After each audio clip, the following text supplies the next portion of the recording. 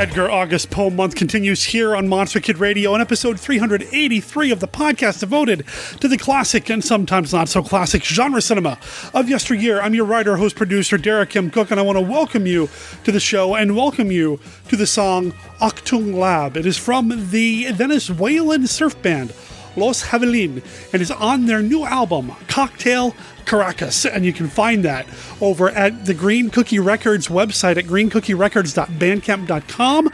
Check out the new album. It's out now. It just came out earlier this year. It's awesome. Let them know that you heard them here on Monster Kid Radio.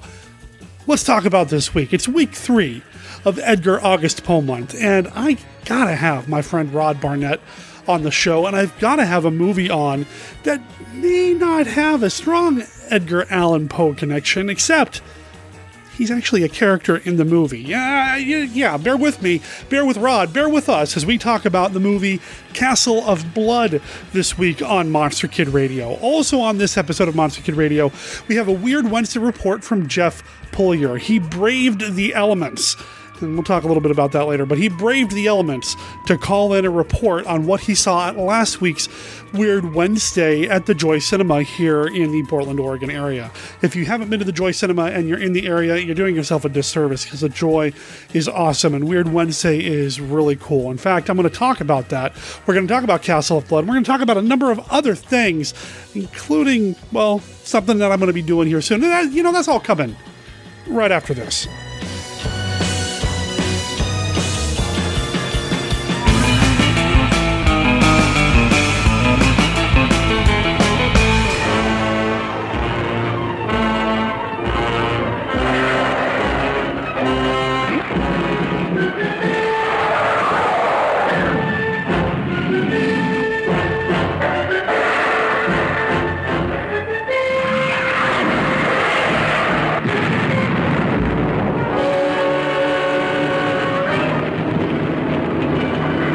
Gentlemen, we are witnessing a biological chain reaction, a geometrical progression of deadly menace. It had started casually, insignificantly, as momentous events often do. Look there. 2 points off the port bow. The giant behemoth, the fire-spitting monster predicted in the Bible, its core a mass of lethal radiation. Rising from the depths of time, its strength enormous, its gargantuan ferocity a threat to London, to the world itself.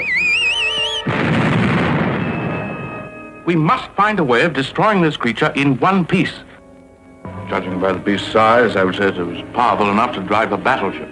Of course, its tremendous electric charge is what projects the radiation. That's what makes a creature so deadly. Have you any concrete suggestions? Yes. First, block off the Thames.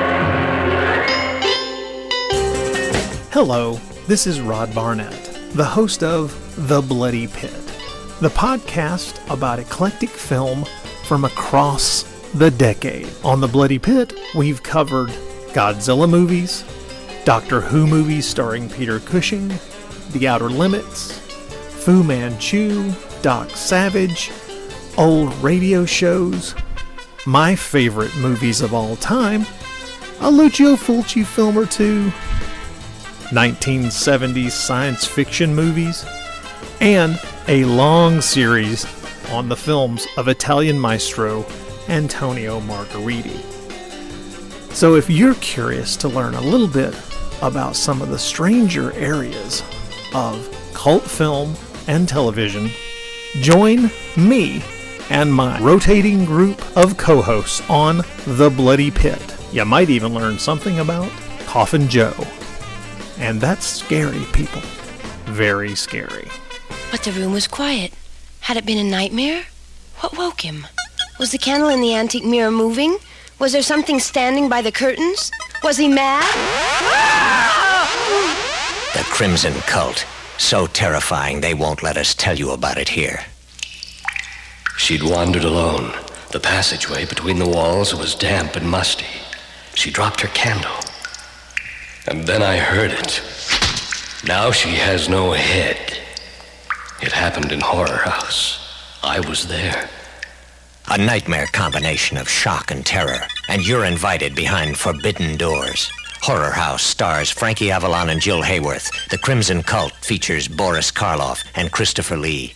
See them together for the first time, but don't see them alone. Rated GP.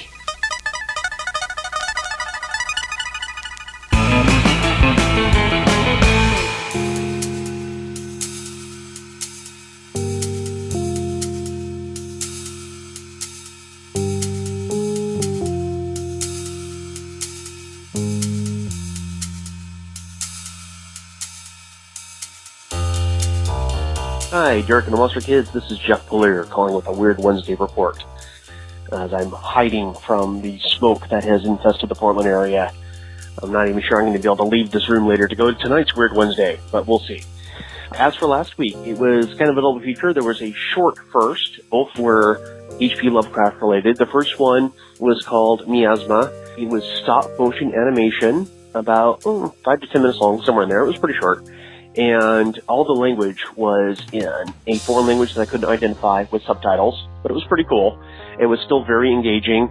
It was about this small village that thinks what they've been doing with their dead is scientific and helps keep them alive. And the twist is, yes, it was keeping them alive because it was satisfying the great ones. And when they have a period where nobody dies, one of the great ones comes from beneath the lake and, it proceeds to slaughter the village. Anyway, it was really cool. The main feature was Edward Martin's The Dream Quest of Unknown Kadath. Now, this is based on the work of H.P. Lovecraft, and Edward Martin, for those who don't know, is a Portland area filmmaker. I've worked with him before. I've been in a movie called The Dead. So this wasn't a live action, though. This was black and white line art from a comic book series by Jason B. Thompson. And so, rather than static images, though, this was a motion comic where they take images from a comic and move them in relation to each other. A few years ago, there was a company that did a bunch of these with some Marvel comics and some cross-gen comics and even Watchmen. The really old Marvel cartoons from like the 1960s were done like this. Not true animation, but just using stuff from comics and moving it around. It's a trippy, engaging story. Of course it's trippy. It's Lovecraft. Any problems you have with the plot itself cannot be blamed on Edward Martin because, hey, it's Lovecraft's story. The main character, Randolph Carter, goes into the dream realm to find the city that he has dreamed of. He encounters all kinds of beasts and obstacles and just stumbles into them in a way that only a person in a dream could reasonably be expected to do. Anyone in the waking world surely would have had more sense than to go into some of these areas that he gets into. And luck certainly has a lot to do with his surviving. He just, blindly jumps in where eagles would even fear to tread. And he makes enemies of some monsters, but he's able to befriend other monsters. So, it was a really good story. The voice of Randolph Carter was Torrin Atkinson, who did a really good job. Pretty much everyone who did a voice in the movie did many voices. Even Edward Martin lent his voice to a couple of characters. Yeah, it was really cool. And as far as the art goes, most of the characters, despite being, from a comic book art, have a certain realness to them. Some of the monsters are actually quite grotesque. Very imaginative on the part of the artist. The main character himself, the Randolph Carter, despite being, a true human, in this dream realm looks distinctly unhuman, although no one really comments on that. One of the things about him, though, is that he doesn't have a nose drawn on his face, which leads to the joke, of course, how does he smell? And the answer is terrible. Anyway, so that was the Dream Quest of Unknown Kadath. Edward's been working on this for 15 years. IMDb actually listed as being out in 2003, and it's just now apparently ready for wide release.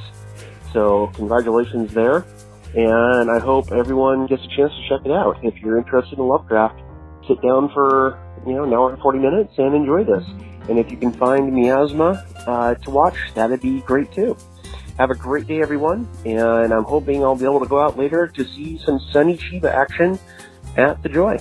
Bye-bye. Jeff, I saw your post on Facebook earlier today, or was it yesterday? Either way, I saw your post about how you were having trouble breathing. And listeners, if you're not in the Portland, Oregon area, man, we have been covered in smoke and haze. And on the one hand, the haze actually has kept some of the extreme heat that we've been having in the area out. I don't know how that works, but science. It worked, and it kept some of the heat out. But it really made visibility kind of weird. And just the air is smoky, and it's really hard to breathe in places. And I surprisingly didn't have any trouble, despite the fact that I have asthma and a bunch of other things going on. I feel bad for people like Jeff, though, who really did struggle, because we're not used to that here. I know that other parts of the country are on fire right now, or as my wife Brenda would say, fuego! But, we're not really used to it here. So, Jeff, thanks for calling that in. So, Miasma is a short film. I don't think I've seen this one, but I know it's played at a previous year's H.P. Lovecraft Film Festival. It's from 2013 from director Michael Entler. I'd love to see it. I went online real quick to see if I can track down a place to see it online. I didn't find anything, so it's definitely going to be on my list of movies to check out. As far as the Dream Quest of Unknown Kadath goes, though, I have seen this movie. I, too, consider Ed Martin a friend. I've been the subject of a short story that he wrote. I see him all the time at the Lovecraft Film Festival. I helped donate some wardrobe to his big zombie movie, Flesh of My Flesh, a while back. He's a great guy. He's a super cool guy, and I love supporting him. I'm really upset that I didn't get a chance to go last week to see the movies. That said, I did see Dream Quest of Unknown Kadath back in 2003 during its world premiere. It did show at the H.P. Lovecraft Film Festival, and I remember this year specifically because this was the year that they actually went 4 nights instead of the traditional 3. Normally it's a Friday, Saturday, Sunday event. This time around, they actually did some things on Thursday as well. And my wife and I went to go see Dream Quest of Unknown Kadath. It was awesome. It was one of the few years, I think the only year, that my wife actually went to the Lovecraft Film Festival with me. And it was cool to see it on the big screen. And they actually played it in the lower theater at the Hollywood Theater, which means it was on the biggest screen of the 3 screens that they have there. So to see it big, to see it live like that, man, it was so cool. You mentioned Torrin Atkinson as the lead actor doing the voice work. Torrin Atkinson is the lead singer from the band The Darkest of the Hillside Dickets, which is one of my favorite bands. Also very Lovecraft specific. I've had a chance to meet him as well over the years. He's appeared at the Lovecraft Film Festival a couple of times too. I recommend this film if you can get your hands on it. And if you have Amazon, you can. It is available for streaming. Now, it's not part of Prime, so you do have to rent it through Amazon. It's $2.99 to rent it, $4.99 to just buy it and have it sitting there as part of your Amazon account. So check it out. Highly recommended. I'm a big fan of everything that Ed does and everything that his Hellbender Media is involved with. Always top-notch, always solid work, and I'm so thrilled that he had an opportunity to show Dream Quest of Unknown Kadath on the big screen at the Joy Cinema, the way it was meant to be seen. Jeff, I hope you survive this haze and this smoke in the air, and that you have a chance to get out to the Joy Cinema tonight. The Sonny Chiba movie they're showing is Karate Warriors, which I've never seen. I've actually probably seen maybe 2 or 3 Sonny Chiba films in my life. I know very little. See, this is actually kind of a blind spot in my movie consumption.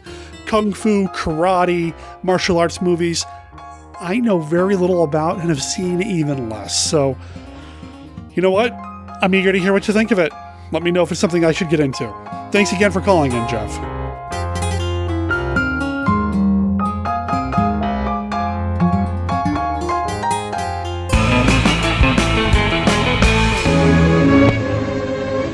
Recently, newspapers and magazines everywhere carried an amazing story.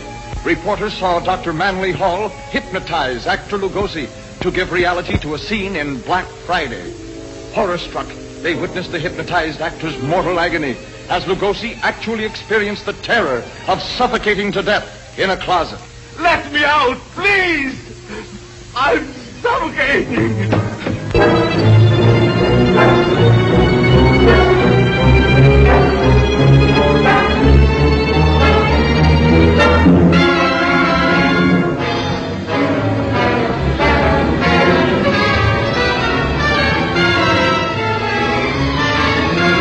The sinister hand of science dares a new and dangerous experiment. Into the body of a gentle scholar is grafted the brain of a criminal, and a new and deadly monster is born to ravage an unsuspecting world.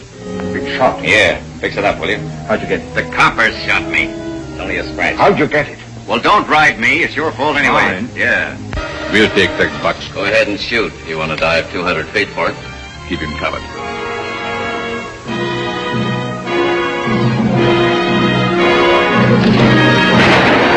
You're sneaking out on him. What do you Yes, mean? you do. Dad! Cover.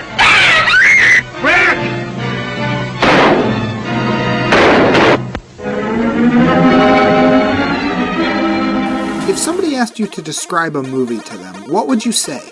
Would you say that Guardians of the Galaxy is Star Wars meets the A-Team, or that Jurassic Park is Westworld meets the Lost World? The X meets Y pitch is a long-standing Hollywood tradition, one that's been used to sell plenty of movies that otherwise probably wouldn't have been made. But instead of starting with a script and comparing it to two movie titles for an X meets Y pitch, what if we started with two movie titles and improvised the pitch?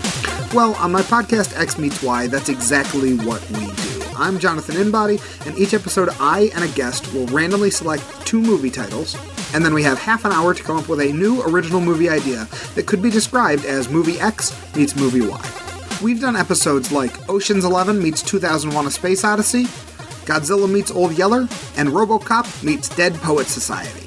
Basically, it's a half-hour sprint through a brainstorming session, and it is a lot of fun. If any of that sounds even the slightest bit fun to you, then you should give X Meets Y a listen. It's available wherever you find your podcasts, or at xmeetsy.libsyn.com.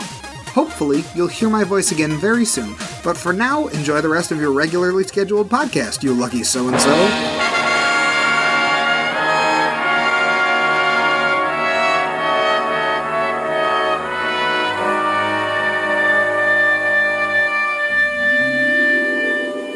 Mr. Sardonicus.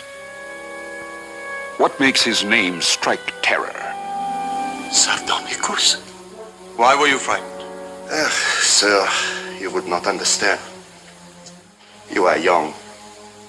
You do not yet have daughters. Why does his wife live in abject fear? If you do not heal him, he will punish me. Sure he wouldn't beat you. His cleverness knows a more hideous torture. What strange attraction did young women have for him? What secrets are hidden behind his doors?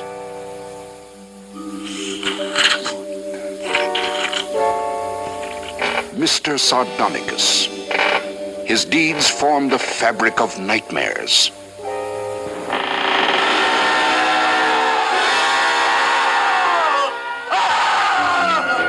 His face, the face of Sardonicus, can be described only in the eyes of its beholders.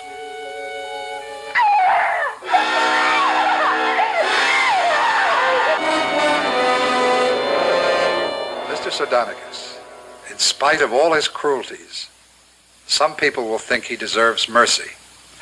Others will feel that no punishment could be too severe.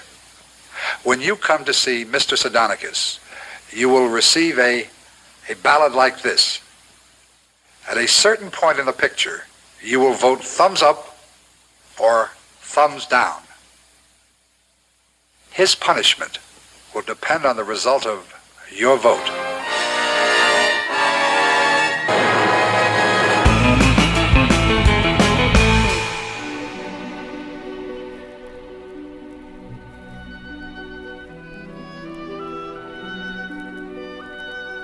This is Count Dracula, and I'm here to offer you a friendly warning. Derek and his guests often get excited, and occasionally this results in revealing key plot points of the movies they're discussing. You know how the children of the night, monster kids can get sometimes. So consider yourself warned. and don't come begging to me to kill them for their transgressions afterward. I have more pressing issues to take care of, like that pesky Van Helsing. I haven't really talked to this guy since Monster Bash, and I'm eager to catch up with him and talk about a movie directed by who I'm thinking is one of his favorite directors, Rod Barnett. How you doing, sir? I am fine, and it's good to talk to you again, man. How's life been since the Bash, post-Bash? At this point, it's been, well, by the time this goes out, about 2 months. Well, I've been able to recover from the month-long post-Bash depression, so I'm good. I got through. Nothing much has changed. It's just trundling along, trying to keep both podcasts on track. Got some interesting stuff in the can, got some interesting stuff coming up, and that's it. Work life is boring and drudge, but that's something that I think that we all have to deal with. Well. Oh, well, okay. Sorry. We all have to we all have to deal with until we no longer have to deal with it. How's that? Yeah, something like that. Something like, well, I'm still separated from my company, so we'll see. I can't believe that's how they put it, but whatever. Really? Separated? As if there's a possible reconciliation down the road? So. Okay, I need to cut in here because, when a couple of monster kids get talking, even though we're supposed to be talking about one particular movie, we can't help but bring up other monster movies and just kind of go all over the place. And that does happen in this conversation. But Rod's also a friend. And when a couple of friends start talking, man, the conversation just meanders all over the place. And that happened here. And I'm going to cut out some of the conversation that Rod and I had about what's going on with my unemployment and how I got separated from Pacific Corp. Mostly because the unemployment situation has not been resolved, despite the fact that I've been filing for unemployment insurance for the past 5 weeks. It still hasn't resolved itself, and I don't know what's going on with that. I'm doing everything I'm supposed to be doing here, but yeah, I don't know if it's going to go through, if Pacific Corp's got some other things going on. I don't know, and I don't want to jeopardize any of that. So I'm going to cut out some of that conversation since it's all up in the air, and I'll leave some of the other jibber-jabber and random meanderings in. But anyway, back to the conversation with Rod. But I've been scrambling. I'm looking for work and gigs. And listeners, if you're looking for somebody to edit your audio, I work cheap and fast. So just saying. Cheap and fast is not exactly a way to advertise yourself, except in certain areas. One thing that's been keeping me sane, though, is the monster movies and looking back on Monster Batch and looking forward to the next one I'm going to. Oh, yeah. Next summer, definitely going to be there for June's 2019's Monster Batch. Going to be an awesome time. I can't wait for that. Until then, I'll have the memories from last time when I actually got to meet you in person for the first time. Yes, and I got to realize that you were way taller than I'd even envisioned. Yeah. There's something about us podcasters. They make us big. They make us tall. Yeah, not me. Well, I'm only 5'10", for God's sake. I don't know. And shrinking every day. I think I'm losing an inch like every 2 years, I'm pretty sure. It was awesome, though, to be able to check you off my podcaster bingo card and actually get to hang out with you and spend some time with you. Because we'd been talking off and on online and a few times, or I guess only one other time for a podcast. But it was finally good to meet the Rod Barnett. No, wait a minute. We've you and I've done 2 episodes of Monster Kid Radio before this. We did Antonio Margheriti science fiction film, and then we did Mario Bava's Hercules in the Haunted World together. Oh, that's right. You were on that episode with Tom. That's right. Yeah. That's right. Okay, thank you. Yeah. So, yeah, it was great just to meet you and hang out and spend some time with you and play a round of the Classic 5 with you live in person, which we're going to do again on this episode of MKR because we do it every single week now, huh? Ready to play the Classic 5? I'm glad I didn't think about this beforehand. I would be all nervous. Okay, yes. For listeners who don't know, the Classic 5 is a card game that we play here on Monster Kid Radio. I've got a deck of cards, over 100 cards now, and each card has this or that, which movie do you prefer better type question. There are no wrong answers. Call it a game, call it an icebreaker. We call it the Classic 5. Are you ready to play, sir? I am prepared. Right on. All right, here we go. Card number 1. What is your favorite William Castle film? Oh, that's been on my mind lately. See, that's a tough one because I am all excited about being able to, I'm going to limit it to just the horror films because I'm very excited. I'm sure you're aware that there was just released a set of either 6 or 8 of the Westerns that he made in the, I think 40s or 50s. Oh, I'm not aware of that. And that's a whole area of his career that I've been curious about because I knew he had made some of the like Crime Doctor films, some of the, the series mystery programmers that I think it was Columbia that were made back in the 40s and 50s. But his Westerns, I've never seen any. They just released a set, I forget which company, of about 8 of them. It's probably Mill Creek. Yeah, okay. Is it the Fastest Guns in the West, 8 William Castle Westerns? Right. Oh, add that to the wish list. That looks awesome. But just sticking to the horror films, it's difficult, and it really is just a favorite thing. If I had to choose, it would probably have to be The Tingler, but I have a really, really huge amount of love for Mr. Sardonicus, but I'll go with The Tingler. I'm William Castle, and I feel obligated to warn you about the next attraction you will see at this theater. The picture is The Tingler, which I directed, and for the first time in motion picture history, members of the audience, including you, will actually play a part in the picture. You will feel some of the physical reactions, the shocking sensations experienced by the actors on the screen.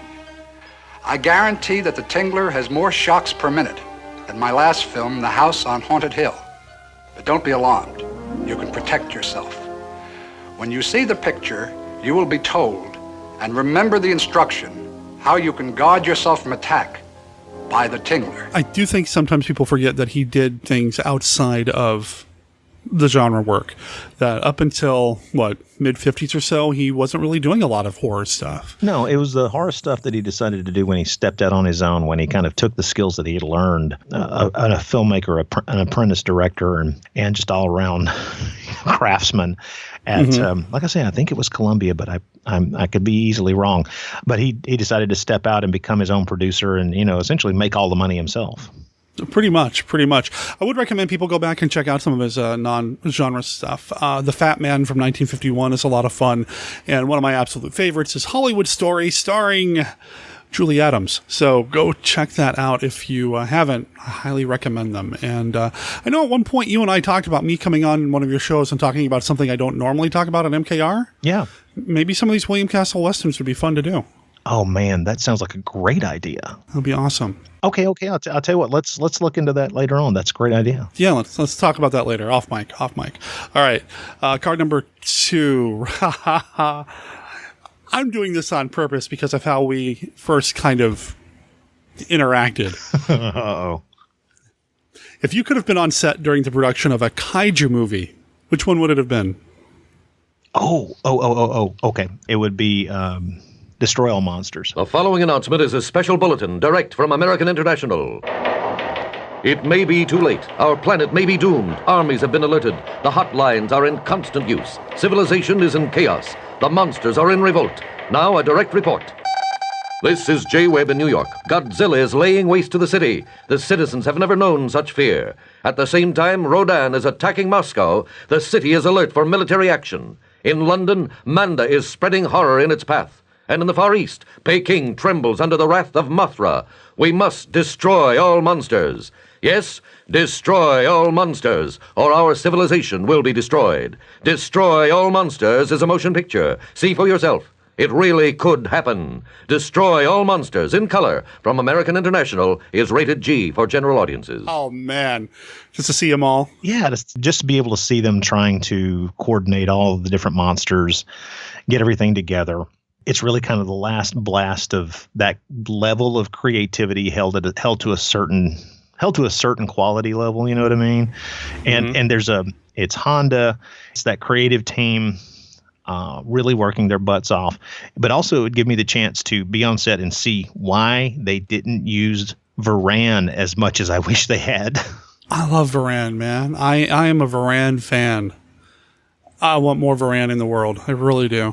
But I've always been disappointed with that film because Varan is there, but he's always lurking in the background. And of course, the thought has always been that they didn't build a new Varan, and that's the original one from several years before, and so it wasn't really going to hold up if they put the camera too close to it. It's all beat up with holes in the arms and everything. Yeah. Don't know, but man, yeah, if I could be on set just to find that out, that's what I would do. Just besides the joy of watching all that stuff happen. Oh yeah, it'd be so much fun. So much fun. I'd be taking so many selfies. You kidding me? Moran selfie, Gidriff selfie. Right? Well, of course. What else would you do? Right? Yeah. Either that or bring my recorder and just start recording everything for a future episode of MKR. All right, card number 3.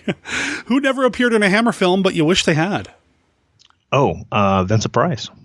Yeah. Did I ask you that before, the Bash? No, I know this one came up a few times. I don't know that I don't remember being asked that question, but I will say that considering that his most fertile period, the period in which Price was doing the most of his truly classic horror films, is the exact same period of time that Hammer was in their amazing period of horror filmmaking, the late 50s through the late 60s. The fact that it never happened, I mean, it's just a matter of scheduling and a matter of the right project and a matter of, everybody being busy doing what they're doing. That's just something that I wish had happened. It would have been amazing. Yeah, I mean, he was over there doing work for Amicus, and I'm sure they weren't paying any more than Hammer would have. So, Don't know.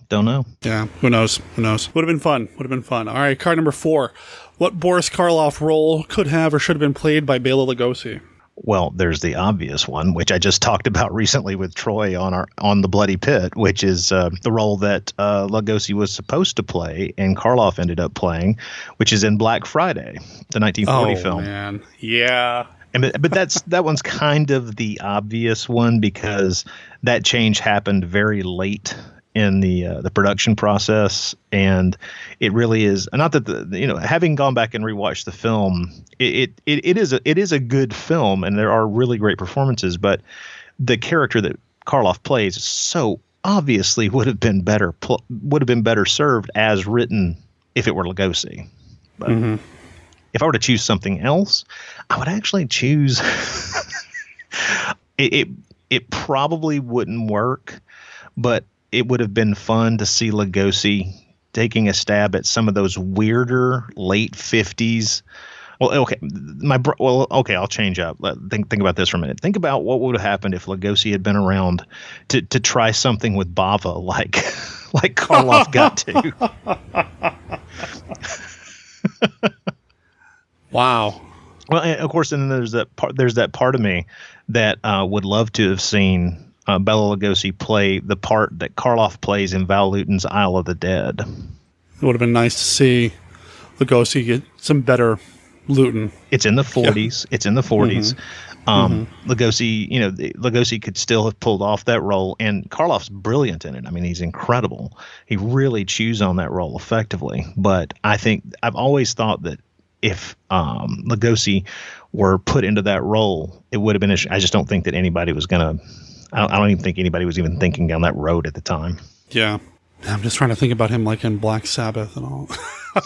It's an odd thought, isn't it? It would have been awesome, though. Well, think about him. Think about him playing the character in the Verdilac. I mean, that's just. Yeah, I mean, that's it right there, right? That's exactly where I'm going with it.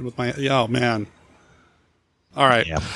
Card number 5, final card. Rod, what is your favorite classic 3D movie? Oh, that's an interesting question. Always going to end up probably just defaulting to House of Wax because it has a combination of the elements within a 3D movie that you look for in a 3D movie. The depth of field is actually used to add some suspense, and then it also has the silly stupid stuff like the paddle ball and all that kind of crap where it's just like, we're going to show off for the camera. So yeah, probably House of Wax. The thing is, I'll be the first to admit I'm not the biggest fan of 3D of any period because it is a gimmick and because it draws attention to itself automatically. There's a distancing effect, I feel, but House of Wax has that combination of intelligent use of 3D and plain dumb. So I kind of like it. House of Wax is all the more amazing when you realize the guy couldn't see in 3D anyway. The guy who directed it. Yeah. Yeah. Andrei Titov. Yeah, that's true. Yeah, he had one eye. He didn't have depth perception like that. He couldn't see it. So I know. That's why you have good technicians around you. Yeah. It's just amazing to think about. Well, that's the classic 5. How do you feel, Rod? I feel that I made it through again. I feel, if not healthy, at least like a survivor. Well, listeners, if you enjoyed the Classic 5, there are decks available for sale, and we'll talk about that at the end of the episode later on. After Rod and I talk about this week's movie, part of Edgar August Poe month, talking about a Barbara Steele film. I can't have enough Barbara Steele. She's amazing, but she's not the only person in the movie. She's not the only reason we watched it. Castle of Blood, also known as Dance Macabre, right? Correct.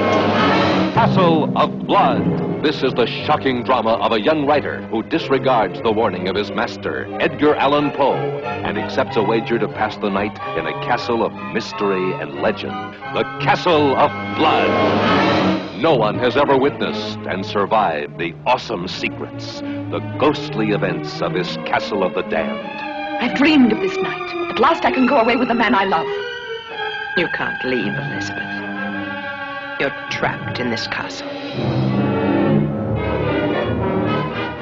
Here the dead rise from their tombs once a year to repeat their hideous crimes of murder and passion. Kiss me. Oh, yes, my dearest.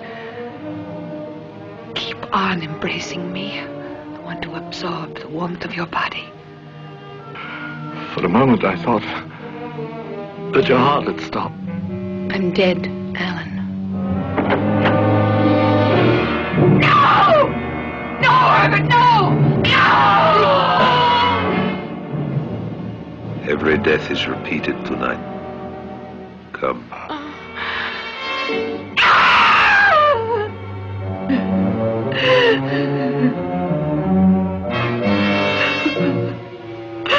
No, Elizabeth. Edgar Allan Poe's most gripping, chilling drama of horror and suspense. Castle of Blood. Directed kind of sort of by two people, but not. Not really, yeah. Yeah, it's mostly Antonio Margheriti. Although, if I understand correctly, the movie started production with Sergio Corbucci, one of the three Sergios of spaghetti western fame. Yes, Corbucci, the idea was brought to him by the producers, and Corbucci... either himself or probably most reports are that it was definitely his brother who Sergio asked to start writing a script. So he and another guy wrote a script, and it became evident that Corbucci was going to have to be making another film at the time this was going to go into production. And so he asked Margheriti to film it. And there are reports that Corbucci may have filmed some segment of it. But I always find those kind of things when you start learning about how when you start learning about how these productions were, and they were really just trying to get these things done, it becomes more and more likely that maybe somebody got sick one day or couldn't make it to set one day, and somebody stepped in and did the work for that day. It's possible. This feels a whole lot like a Margheriti Gothic, even though Margheriti considered his Gothics his least favorite, the least favorite of all the films that he made, which is kind of weird. Really? I think Well, I mean, he was good at it, obviously. Yeah, they weren't necessarily to his taste, which is kind of strange when you see how effective he was with, between this and Long Hair of Death and things like that. Yeah, I was going to say, this is not the only time he dabbled in this subgenre. He's actually pretty responsible for a lot of really cool Italian genre films, whether it's horror or science fiction. And I was going to say, he's got a really good grasp on the Gothic here. Oh, yes. And if you ever get the chance to see The Virgin of Nuremberg, which he made a little while after this, that's another where you see, wow, whether he feels that they're his favorite thing or not, it doesn't matter. He had the skill to make them well. Solid grasp on all of this. He also did some of the Sword and Sandal movies. He's credited, I believe, as doing the first Italian science fiction film, isn't he? That's what everybody says. It's called Spaceman. It's 1960. It's his first film credited as director. I've got to be honest, it's dull. It's a little slow. It's dull. I have watched it since I had you on the show to talk about Wild Wild Planet, because I wanted to go back and check it. It's also known as Assignment Outer Space. It's a little slow, but the movie poster is cool. Oh, yeah. And there are cool elements within the movie, but overall, it's about as dull as dishwater. So. Especially compared to like Wild Wild Planet or any of those films. It's really slow moving, but it looks great. And again, he really seemed to get it when it came to making these genre films look amazing. He had an eye for this stuff.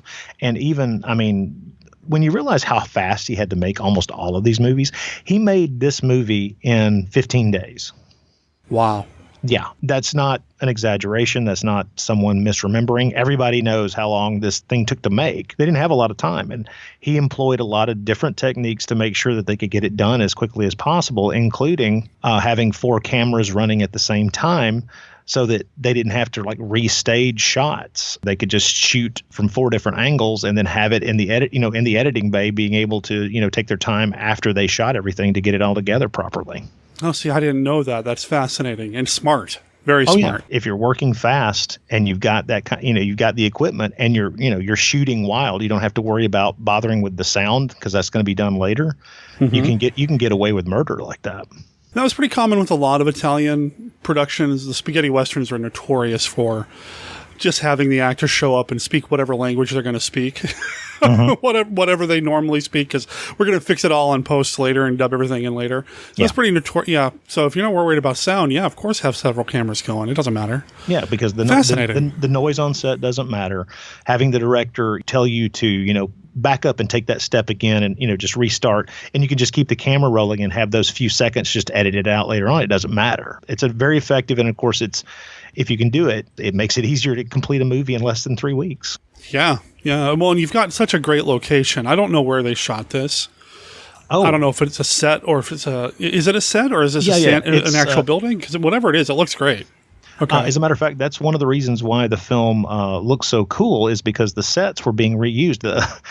From what I'm told, one of the reasons why the producer wanted a script written in the first place was to be able to reuse these sets, which were from another film. Do you know what film it was? Yeah, the sets were originally built for a film called The Monk of Monza. Okay.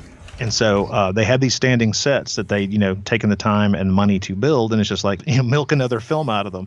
I'm reminded of those types of stories where you know that Roger Corman shot the film The Terror on the sets that he had built for a particular Corman Poe film. While they were being dismantled, he just really quickly shot a bunch of stuff, figured it out later. I was going to say, it sounds very Roger Corman of him. If it works for Corman, Oh yeah. Any producer will try to milk any set for as much money as they can. The look of the sets, the castle location, everything going on inside, I think it looks gorgeous. I think it's very well lit and produced and shot. I don't know much about the Italian film industry outside of, I really like what I've seen so far. So I don't know who did what or the history behind a lot of this, but whoever did the designing here, the production design, kudos. It looks amazing. Well, the black and white cinematography is absolutely gorgeous. Yes. And when you realize that they were having to take into account the fact that they were lighting it for multiple cameras, if you know anything about the filmmaking process, you now realize, oh, wow, they were really, really good, because they're not bathing these sets in lights, because then it would just look ridiculous. They can't do that. So they're having to worry about lighting for individual cameras because they're going to try to film these shots with multiple cameras all at once and then move on to the next setup. They're not going to bother with, coming in for specific close-ups. They're setting up the cameras to try to get those on a single take. Mm-hmm. So when you realize that they're setting the lighting for multiple cameras in a lot of these scenes, it's even more impressive because that's difficult. Now that I know that, I'm even more impressed because that's nuts. This is crazy making. I don't know how he pulled it off. That's amazing. These are people who, at that point, this was a machine. These people had been making movies, week in and week out for years at this point. This was their job. This is what they did. And, you learn different techniques. You see the finished product and go, okay, well, that didn't work nearly as well as we thought it would. So let's try, let's run some tests and see what we can come up with to make it look better next time. And so you get to a certain point where these people, you're working with just a lot of experience over several years, and it shows up in product like this. It's amazing. It's a well-oiled machine that pulled this off. Is this an Edgar Allan Poe story? Well, no. I love the credit in the English language version of the film. Based on the Edgar Allan Poe story, Danse Macabre. There is no such story. No, I was going to say, I went looking. Cause I don't think that title that doesn't sound right. I don't, no, there's no. Now, I will say this. It is kind of similar in a certain way. One could say that it might have been inspired by the Poe story, Never Bet the Devil Your Head, which is a satiric story and a fun one. Fellini turned it into the short film Toby Dammit in the film Spirits of the Dead. Have you ever seen Spirits of the Dead? I have not. Oh wow! Well, you've got some good viewing in front of you. Spirits of the Dead is an anthology film, 3 different stories made by 3 different big European filmmakers: Roger Vadim, I'm forgetting the third one, and Fellini. All 3 stories are good. All 3 are based on Edgar Allan Poe stories, by the way. Okay. Actual Edgar Allan Poe stories.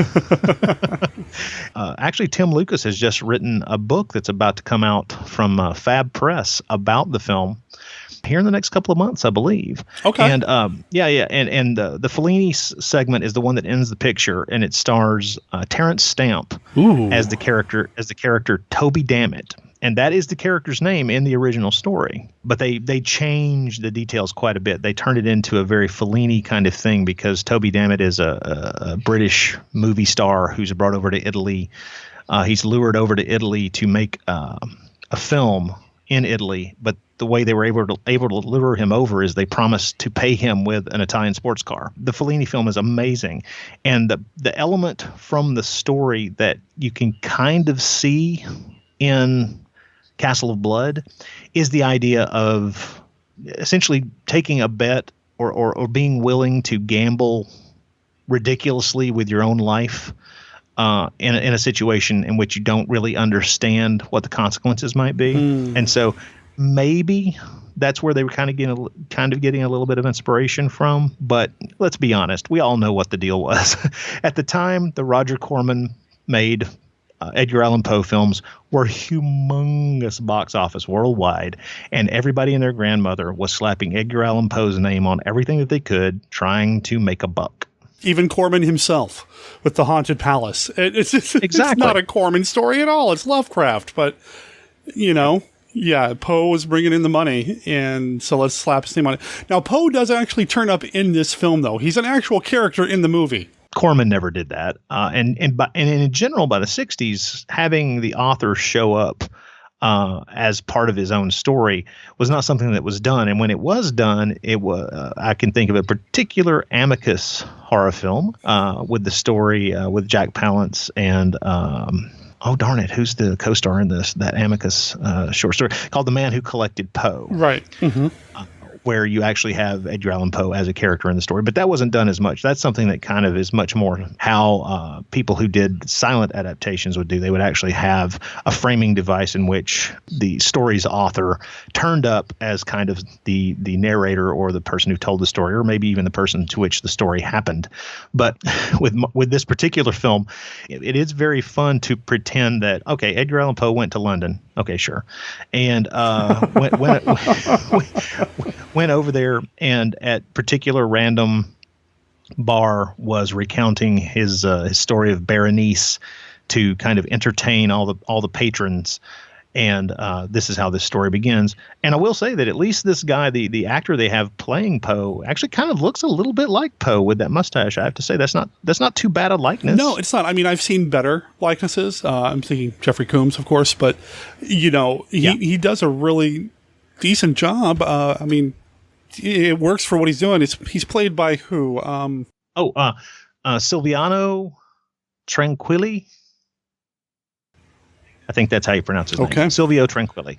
And that's the reason why I've got Rod here on the show, so he can pronounce all the Italian names I'm going to blow. So there we go. No, so I can mispronounce them.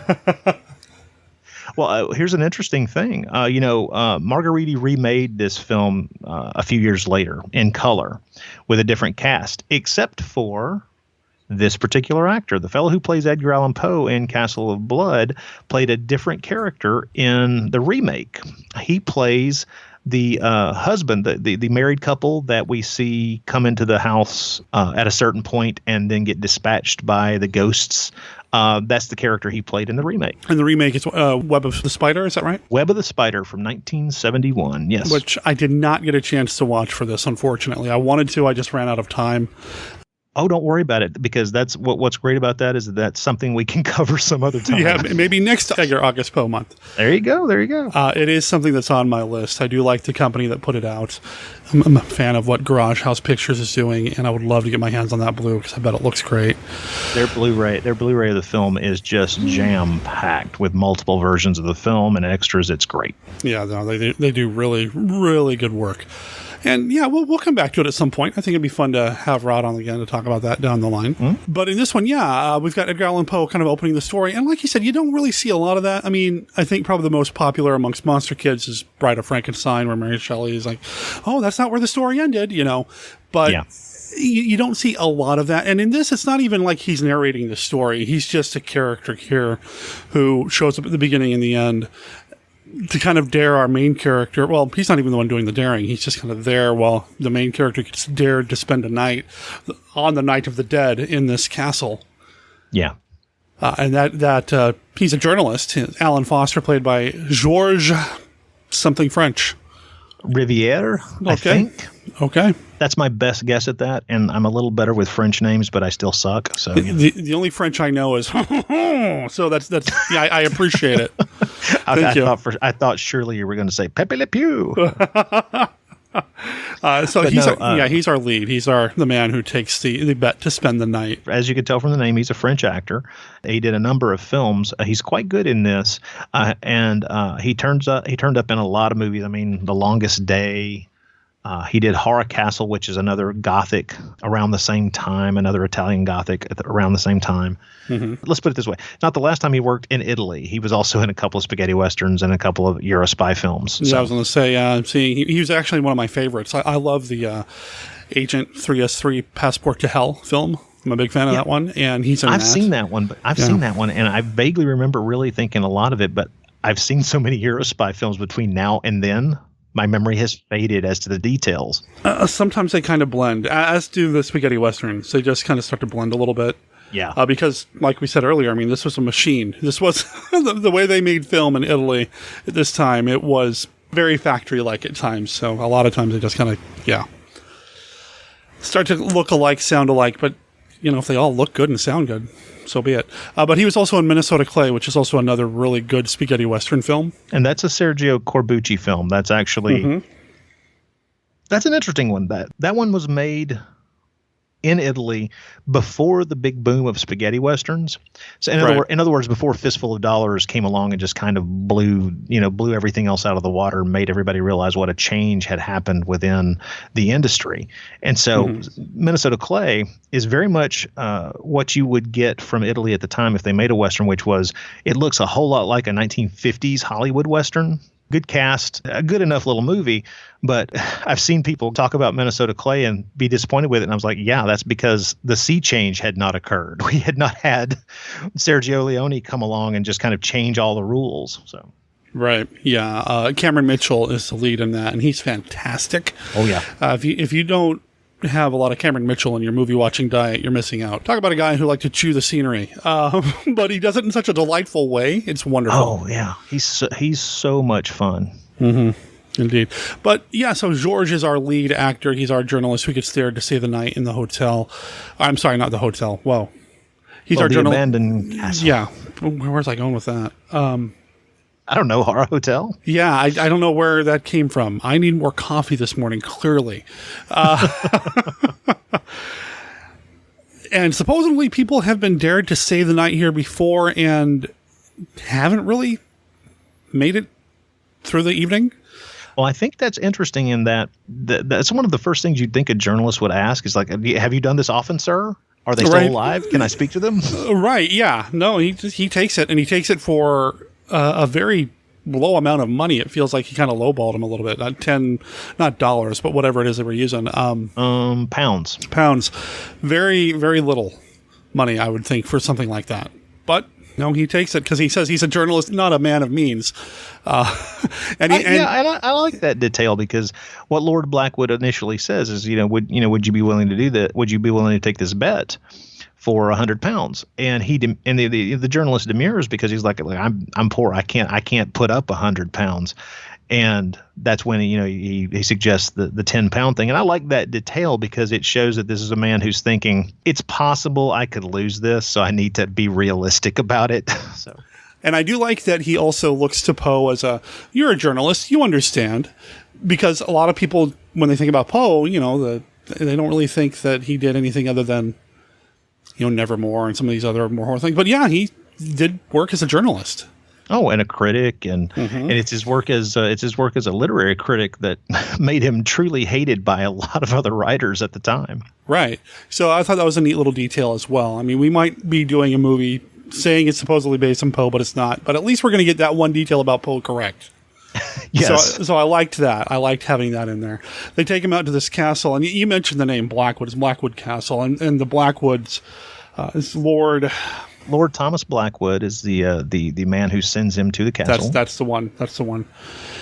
And he spins his story about how he's got family that went there and disappeared, and the story's a little thin. Yeah. And especially as the details start to pile up once you get inside the castle, some of the details kind of don't necessarily feel like they jive as well with what's going on outside the castle, but that's okay. Well, yeah, and I think that that's kind of okay because for something internal to the story, because clearly Lord Blackwood wants to not necessarily give too much detail because he can't just rattle it all off because then nobody would take the bet. Right, nobody would take the bet, and then we wouldn't have a movie. Well, there's definitely that. The movie would be like 5 minutes long. You want to go? No. All right. It's like my old joke about pacing. The movie moved at the speed of plot. So I like that. I'm gonna use that in the future. I think I like that a lot. Okay. Now, for me, one of the highlights in the film, and I think for pretty much anybody, it's going to be Barbara Steele. Oh yeah, certainly. She even though she doesn't show up in the beginning credits, she's amazing. She is a big part of the movie, and there's just something about her. I love everything that I've seen her in, and as much as I've seen her in a lot of things, I still feel like she's one of these women of mystery that I know very little about, and I think that's probably intentional. It kind of adds to the mystique. Yeah. Yeah, and part of it, I think visually the thing that, I mean, I'm far from the first to state this, but visually the thing about Barbara Steele that just is unmistakable, and there's no way to escape. It's just those humongous eyes. You can get lost in those eyes, and when she wanted to, she could mesmerize the camera, and through that camera, us. She could mesmerize people with those eyes. She has these big, beautiful, I mean, almost anime-sized eyes, where you look at them and that whole poetic license line about being able to get lost in someone's eyes. Man, this is an actress who had that capability. Yeah, amazing eyes with such depth, and man, I can totally just get just stuck looking at her.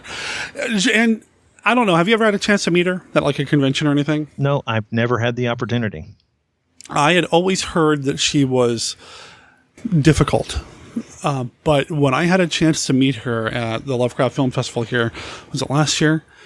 She was so sweet. She was so warm and so willing to just meet with fans and talk about things. And even a movie that I personally really liked that she might not have, like The Curse of the Crimson Altar, she didn't really trash it. I mean, she was as complimentary as she needed to be, but just very nice and pleasant to deal with. And that was so just wonderful to spend time with her. And, well, the thing is, I mean, over the decades, I think that she came to terms. I mean, I think she spent a lot of time feeling that she kind of cut her own career's throat by being in so many of these cheap gothics, as she thought these cheap horror films, which is how she thought of them for a very long period of time.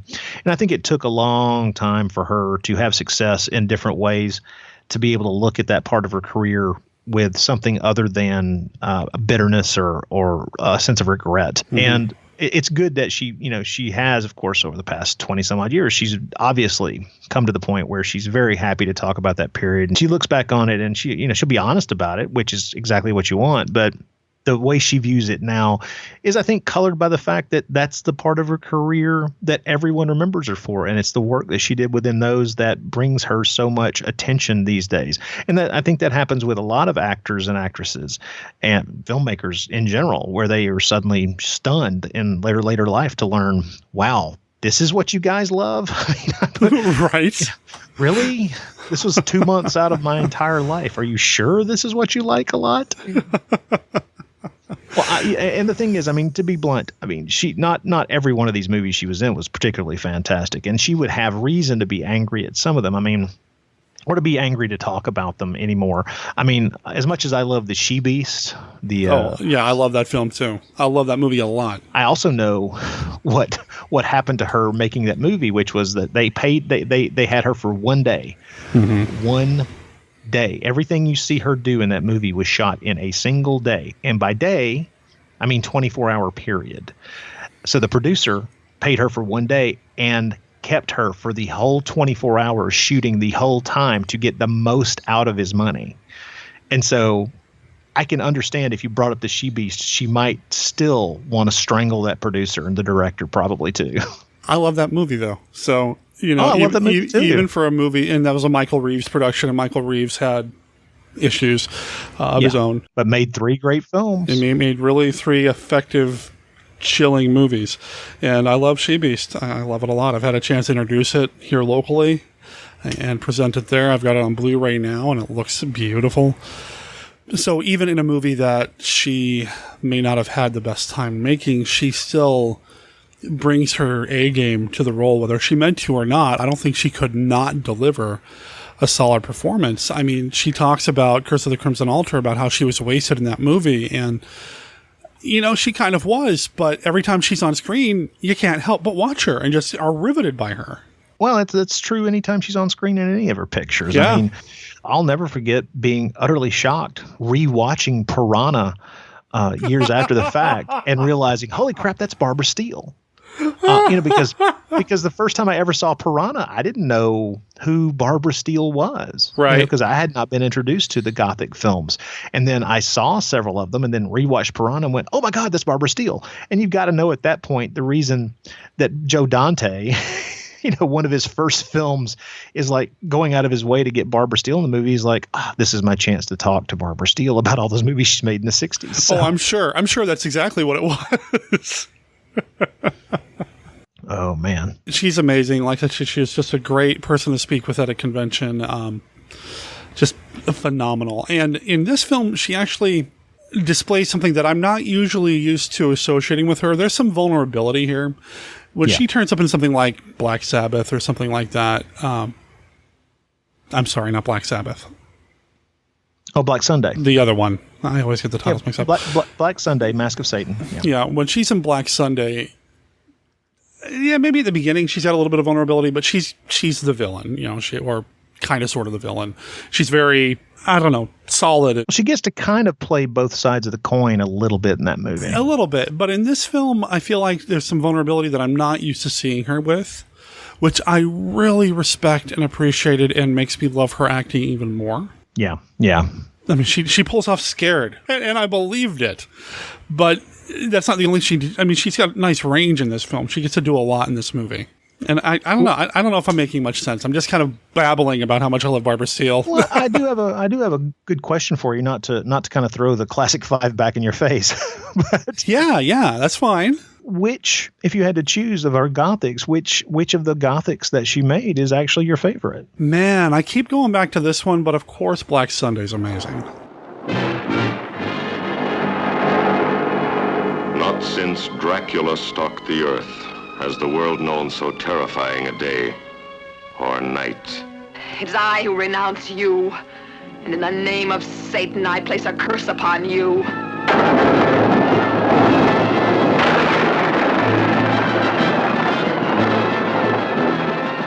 Black Sunday is like no motion picture you've ever seen.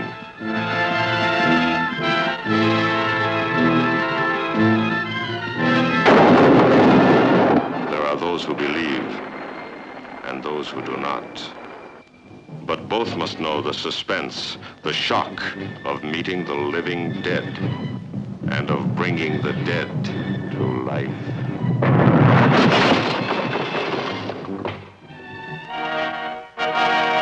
Look into my eyes. Embrace me. You will die, but I can bring you pleasures mortals cannot know.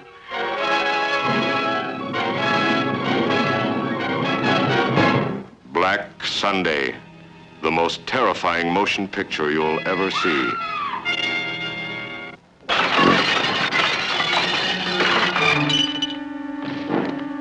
Satan, wearing strange robes and fighting with all the furies of Hades,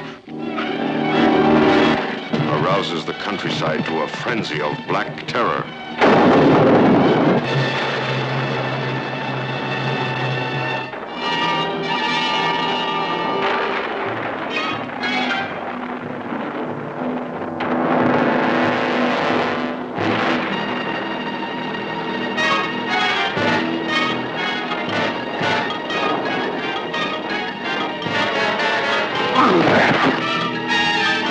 I'm always going to default to Black Sunday to a large degree. Yeah. So and honestly, maybe everybody would. So maybe the better question is, what's number 2?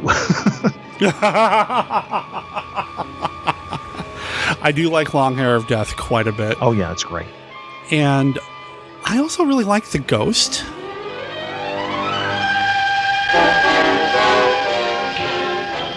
The ghost will carry you to the depths of hell's horror. And I can't go and be the devoted nurse and the loving wife. You've got to put an end to it, Charles. I can't even bear to touch him. They played with the burning fires of illicit passions, while he dallied with the devil himself. Be quick, give me the antidote. Please, Charles. Is he alive or dead? Is he a corpse or the ghost? From beyond the veil he speaks, and rides unseen to mark this house with the black sign of death.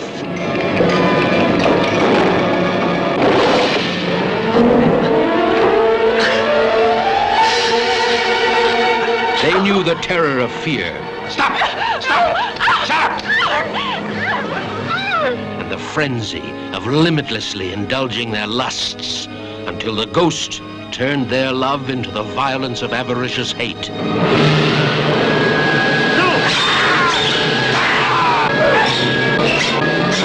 That's kind of my secret little love there is The Ghost, yeah.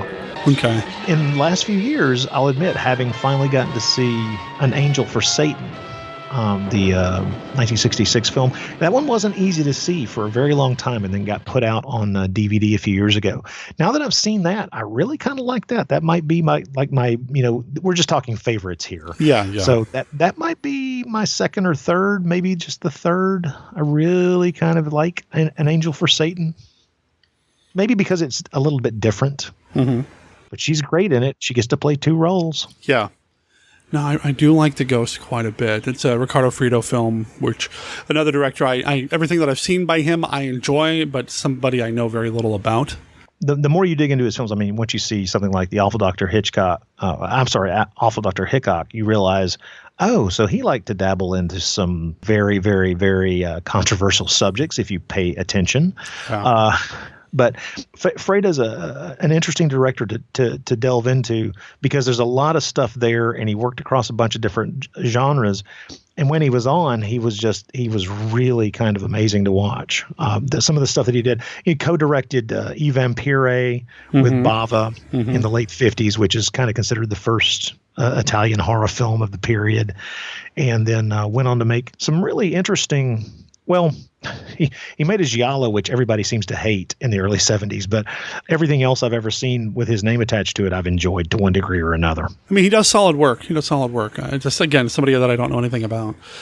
And going back to Barbara Steele, I am currently working on my journey through the original Dark Shadows, and as soon as I'm done with the original run, I'm going to go and watch the run from the 90s, and I'm really eager to see what she does in that. I know Dominique, who was on the show that we did the Hercules in the Haunted World with she loves her in the 90s Dark Shadows, so I'm really excited to check her out in that.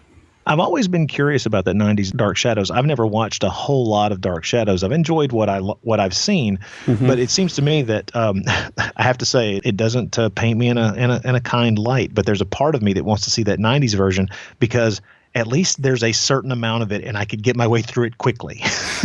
It wouldn't take a years-long project and wandering my way through, like 5 episodes a week. It's like, oh man, there's only a limited number of these. I think I could work my way through that 90s version really quickly. Plus Barbara Steele. Yeah, Barbara Steele's in it from the very beginning, which her character does not show up in the original Dark Shadows until much later on. Because in the original Dark Shadows, Barnabas isn't even part of it for a long time. So you don't have any of that. You barely have supernatural stuff happening during the first 3 or 4 discs in that box set. So. It was so funny. The first time I dipped into Dark Shadows was years and years ago. Mm-hmm. I just started randomly watching a few episodes, and there's no Barnabas Collins, and it's very much a Dr. Jekyll and Mr. Hyde storyline. And I'm like, well, this is kind of interesting, but where are the vampires? What am I watching? No, this is still Dark Shadows. Okay, what's happening here? Yeah. Yeah, I'm digging it. I'm enjoying my walk through it. I hope that by the time December rolls around, I will at least have the original series done, because December is Dan Sembra here on Monster Kid Radio, doing a lot of Dan Curtis stuff. So, a lot of good stuff there. Oh yeah. We are way off track. But Barbara Steele, she's awesome. Wait. but with Barbara Steele and Dan Curtis, you do know that Barbara became a miniseries producer in the 80s, and she and Dan Curtis share an Emmy for the production of War and Remembrance, the sequel. She also produced The Winds of War, the sequel miniseries War and Remembrance. She and Dan Curtis share an Emmy for that thing. I had no idea. Oh yeah. That's why I say that I think that it's her huge success later in her career that I think may have made it easier for her to not be quite so bitter about what she may have seen as career missteps early on. Very, very cool. I'm looking at, this is the best podcasting ever when somebody just kind of rattles off what they're reading off the IMDb. But I didn't know anything about her production, but I'm looking up her production credits right now, and wow. Oh, yeah. Including being an associate producer on Queer Eye for the Straight Guy. So right on. Correct. Barbara knows what she's doing. Good for her. Hey, anything positive for Barbara is good as far as I'm concerned. Well, and she's kind of the last of the legends that we still have around, She might not be from the golden age, but from the silver age, I guess you could say, of classic genre cinema, she's still here. And a lot of them we don't have anymore. So yeah, sad but true. We still have her, and she's still doing stuff. She still turns up in things here and there. She was a voice in a very cool short film that I saw at a Lovecraft Film Festival a few years back, The Mill at Calder's End. She's great in that. So good in that. And it's just her voice. It's a puppet film. It's all puppets and marionettes doing stuff, but she is just wonderful in that. Just hearing her voice gives it so much more creepy credence. So it's really cool. Nice.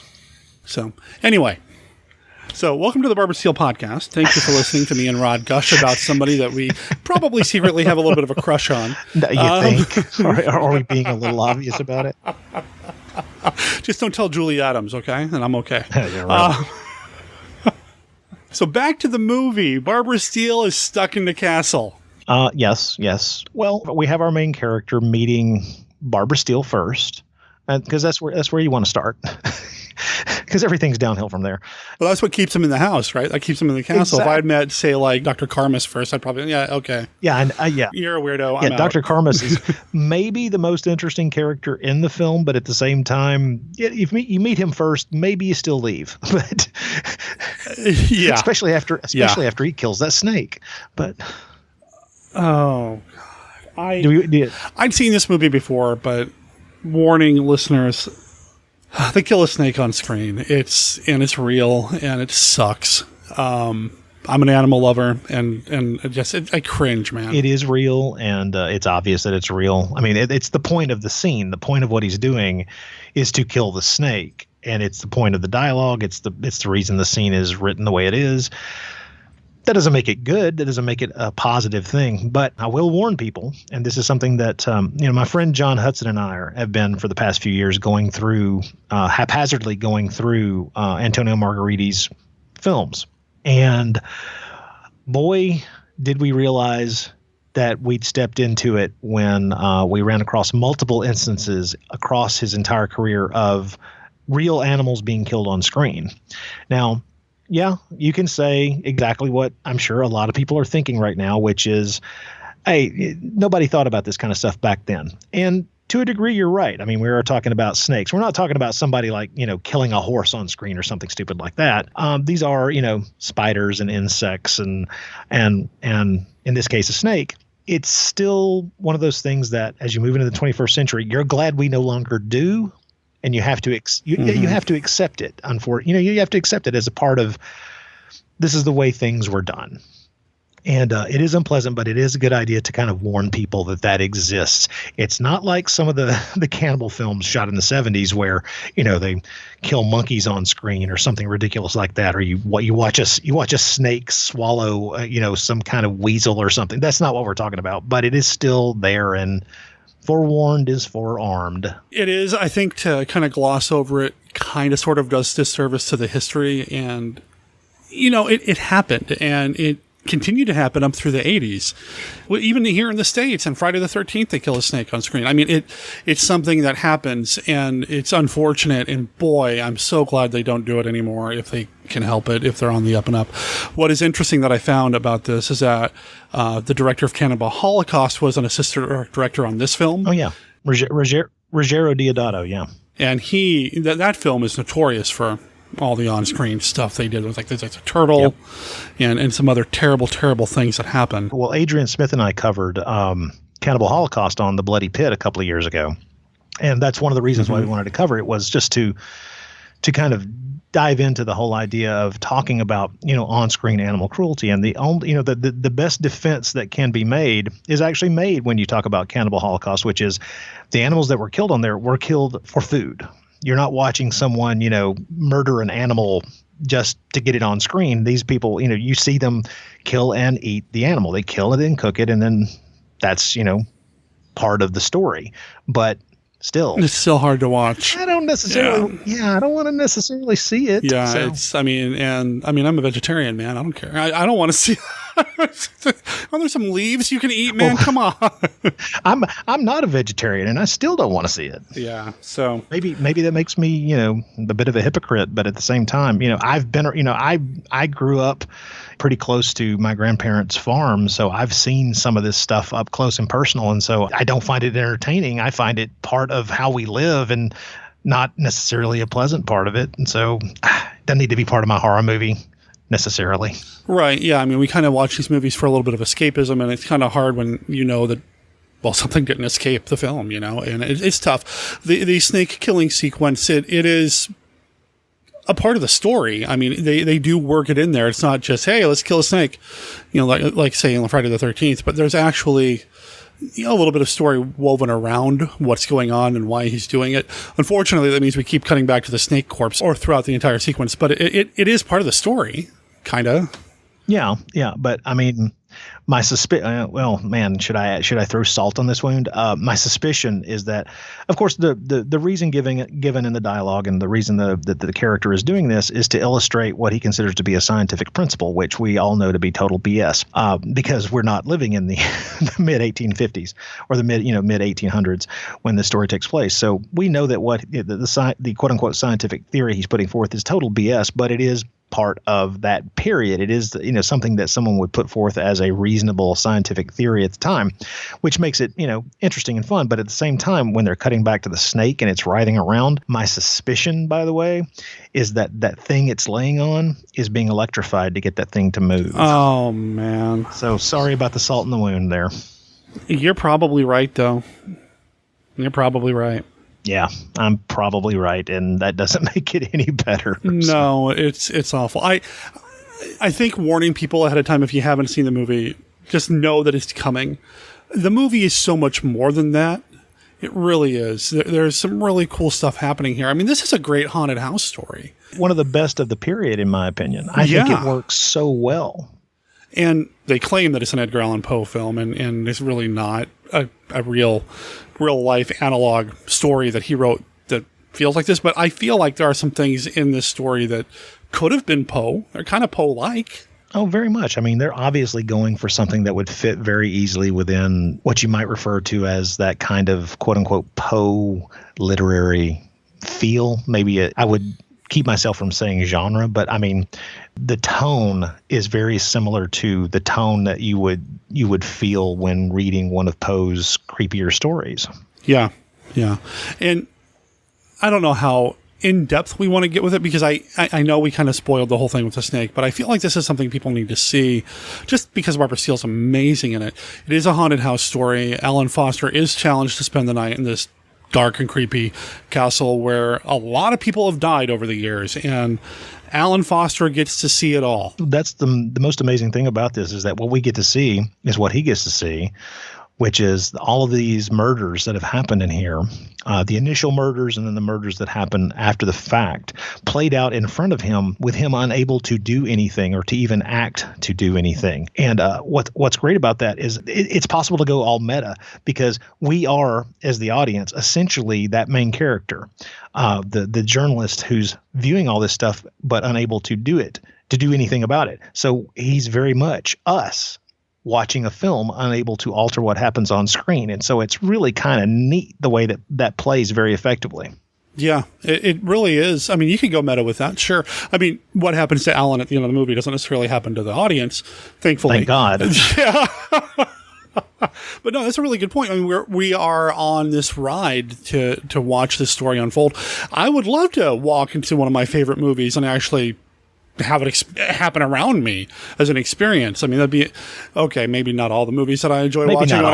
Maybe not all, but I wouldn't mind, hanging out with Julie Adams on the Rita. I mean, that'd be kind of cool, You would at least be able to answer one question that I think has lurked in the minds of all of us for decades now. What exactly did the Gill Man smell like? Right? Yeah. I'm not the first, surely. I don't think I'm going to be able to watch that movie again without thinking about that now. Thank you. Sorry, didn't mean to taint good. Everything. Nah, it's impossible to taint a Julie Adams movie. Come on.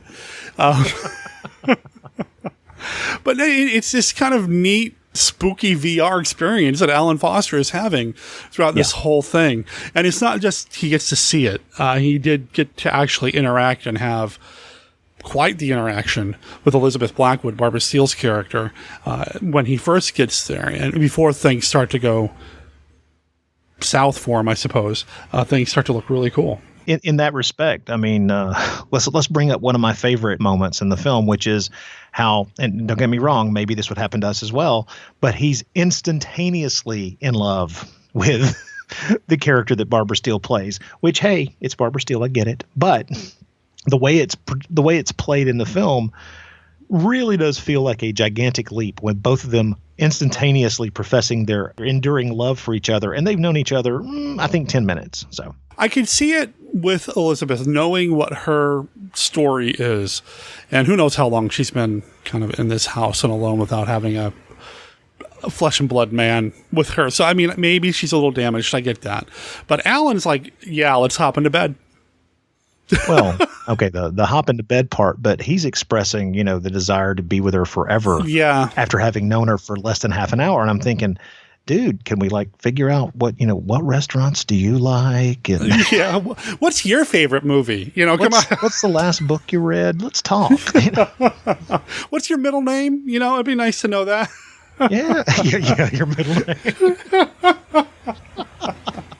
Oh, how do you like the little thing that they do with the names in this? It's Lord Thomas Blackwood, but we find out in one of these dialogue sequences with these flashbacks and the ghosts that they changed the name from Black Blood to Blackwood. Which I thought was kind of cool. Yeah. I mean, a little on the nose, but kind of cool.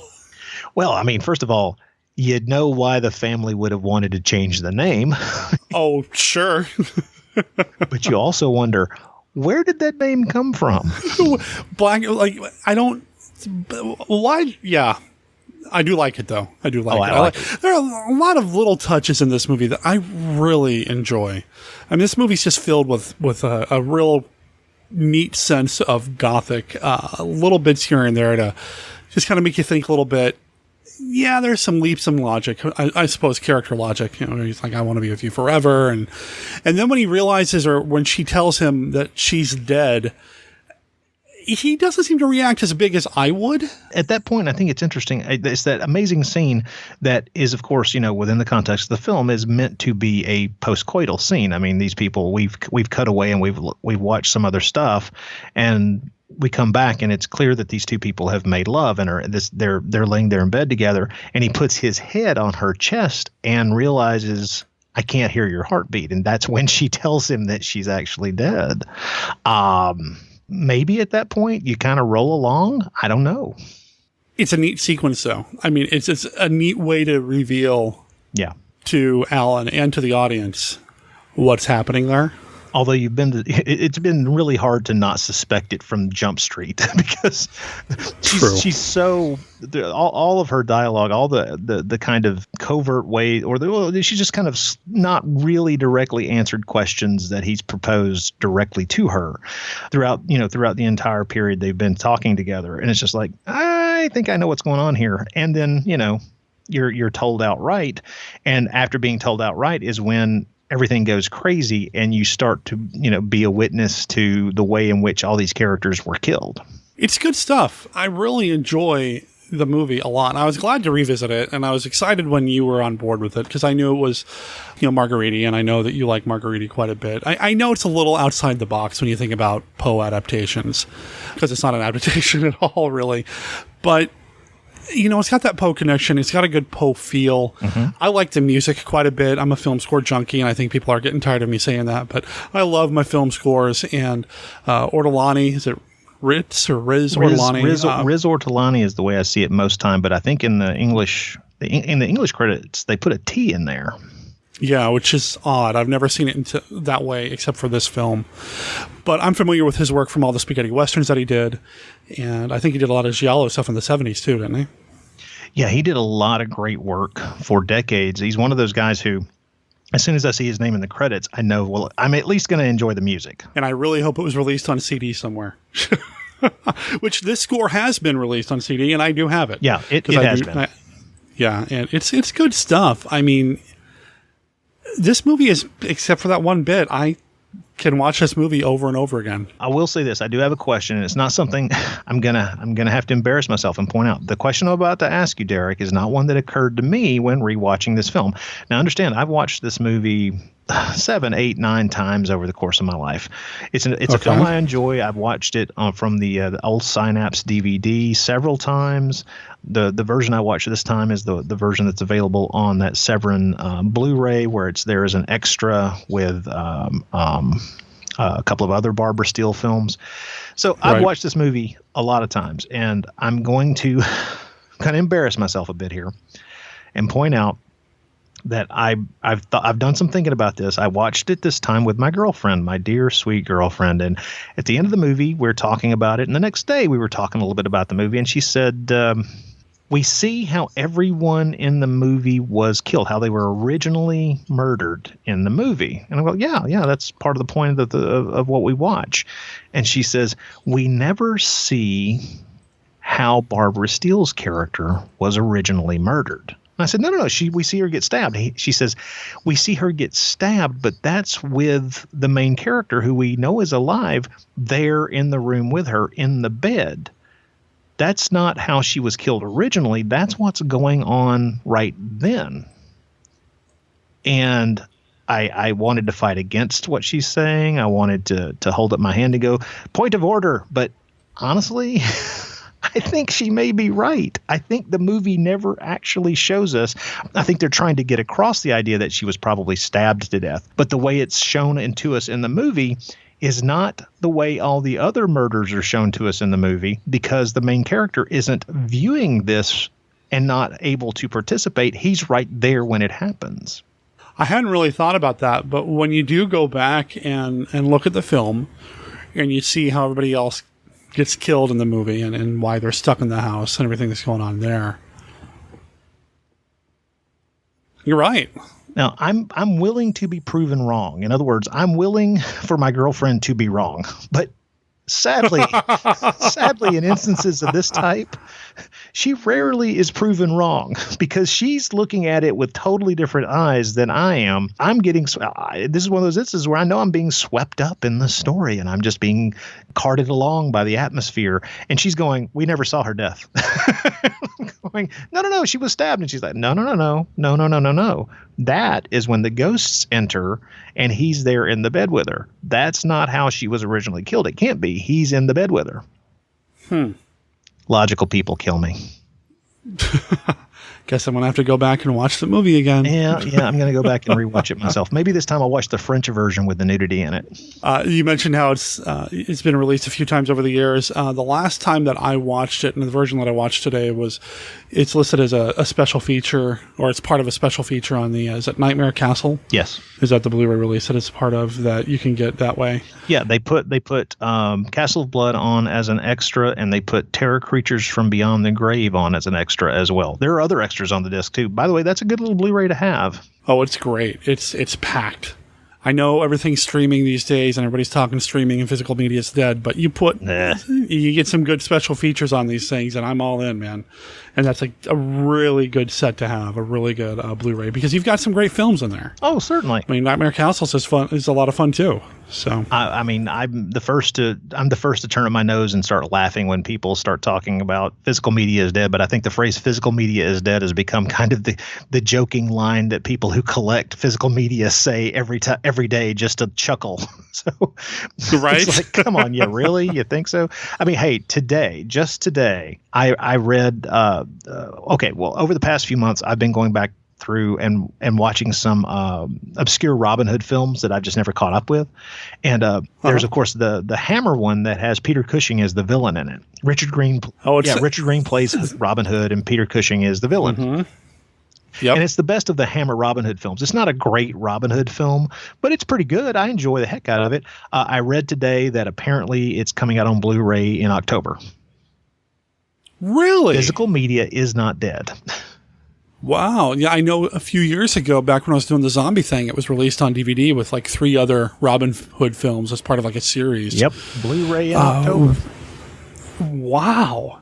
Yeah, no, Cushing plays the Sheriff of Nottingham in that. And he's great. He's wonderful. We talked about that on 1951 Downplays a few years back, and that was... That's probably my favorite. I think the weakest part of that film is Robin Hood himself. Yeah, Richard Green. Fantastic. I mean, I know why they cast Richard Green. He had played Robin Hood in the British-produced TV series for years. But at the point they made it, it's like they honestly should have gone with someone younger. They should have gone with someone, to be blunt, with a bit more energy. And so it is one of those weird movies where the title character, the hero character, is actually the least interesting character on screen. And that's not odd necessarily, or out of the ordinary, really, for the villains to be more interesting than the hero. But in this case, it's a bit of a detriment to the film. So it might squeak into my top 5 Robin Hood films of all time, but it would squeak. It would really be a squeaker. But the reason is the villains. Yeah, it's the way I've always looked at it or kind of put it is that I don't feel like he's earned his place as Robin Hood in that film. That everybody else is, working and doing some great work, and he's just kind of there. I agree. Just kind of going through the motions, and it's unfortunate, but the movie's great. Again, all over the map here, but solid. I just derailed us so pathetically. I'm sorry about that. Oh no, that's great. I'm excited to know that it's coming out on Blu-ray. I'm sure it'll have some great features. I hope it has some great special features on it. Please. Do we know who's putting it out? I think it's Twilight Time.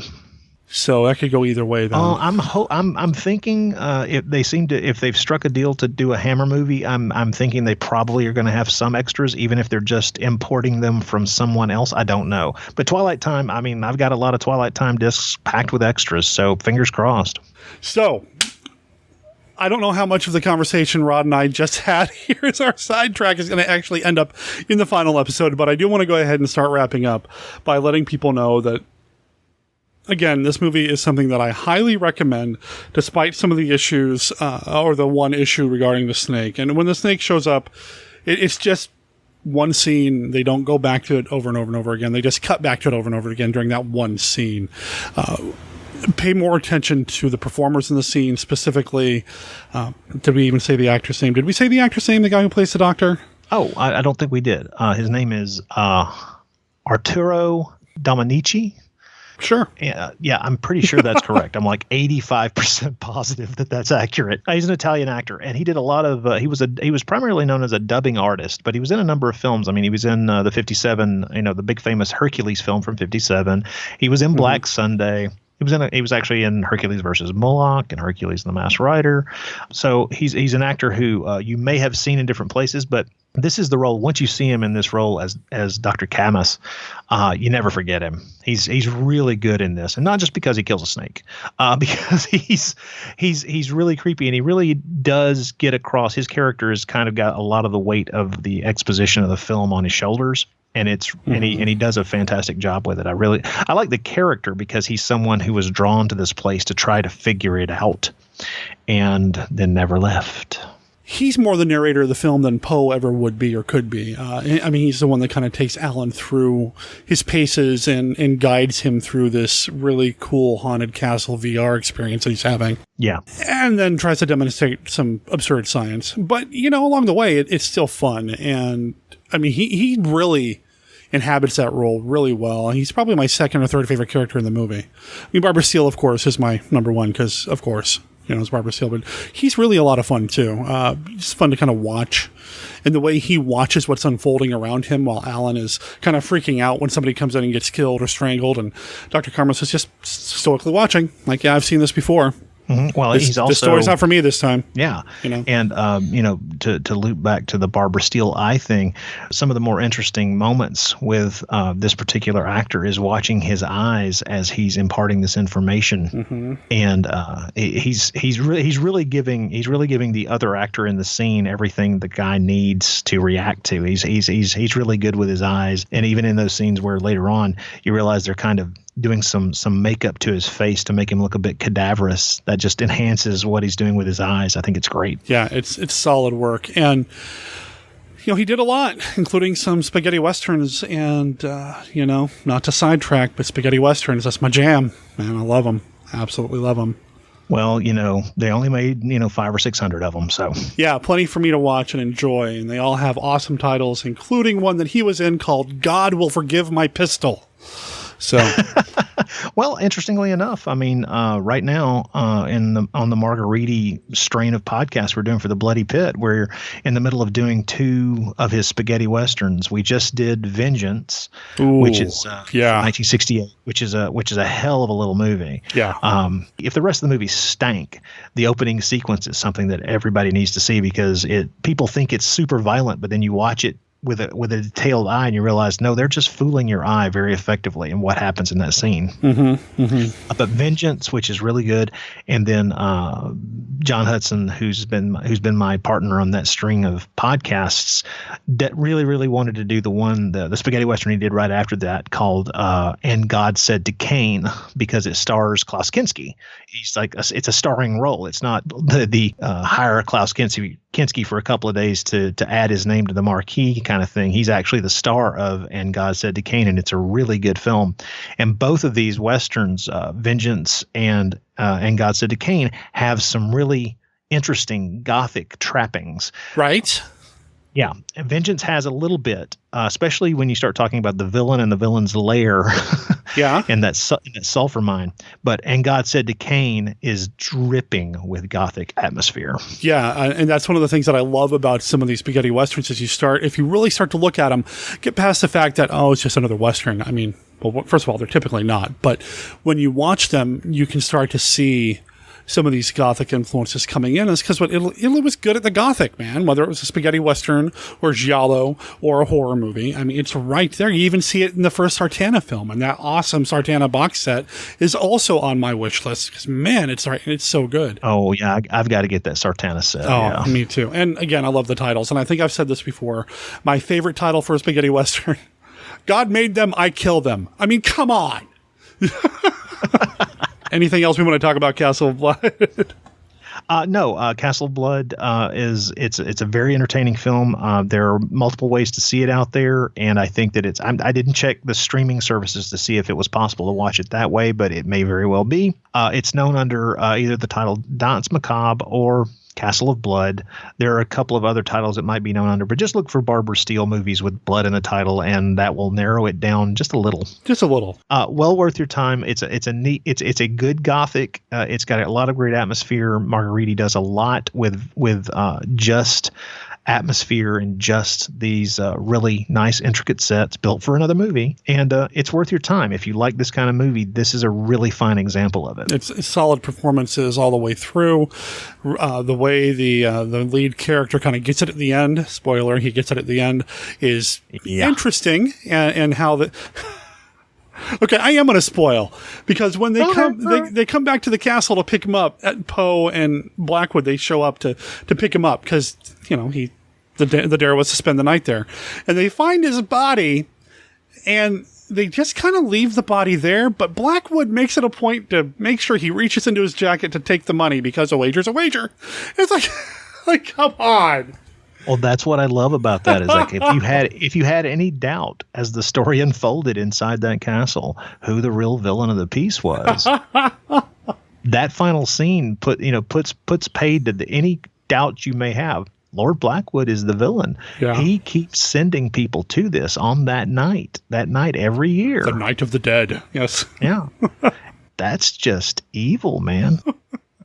So it's good stuff. Highly recommended. And if you get that Nightmare Castle Blu-ray, you get 2 other really cool movies along with it. There is a short featurette about this movie on that Blu-ray set, but I haven't had a chance to watch that yet. It's a good one. It adds some information and some background about the movie. It's cool. Right on. Well, if you want to hear more Rod, he's got 2 podcasts that he's doing now. The Naschy Cast and the Bloody Pit of Rod? Bloody Pit of Horror. I just call the podcast The Bloody Pit. Okay, there we go. And the blog is The Bloody Pit of Rod. And I about 2 years ago, I realized I probably should have named the podcast something else.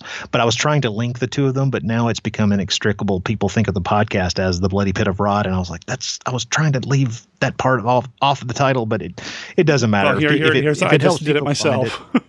Yeah, well, if it helps people find the podcast, whatever. But there's the Naschy Cast and the Bloody Pit of Rod. We've got a new episode of we have a mini episode up on the Naschy Cast right now. I sat down and talked for about half an hour with Troy Howarth about his brand new book about Paul Naschy. Oh, good. That brief interview is up there as a small episode right now.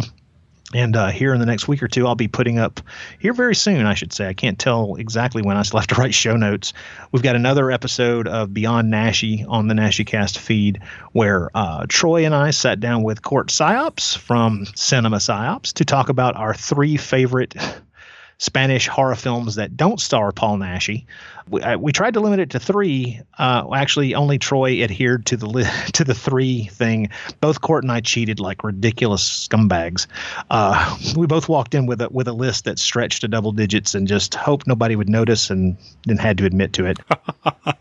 That's a fun episode. Troy and I on The Bloody Pit are continuing our series where we're going through the Universal horror films of the 1940s chronologically.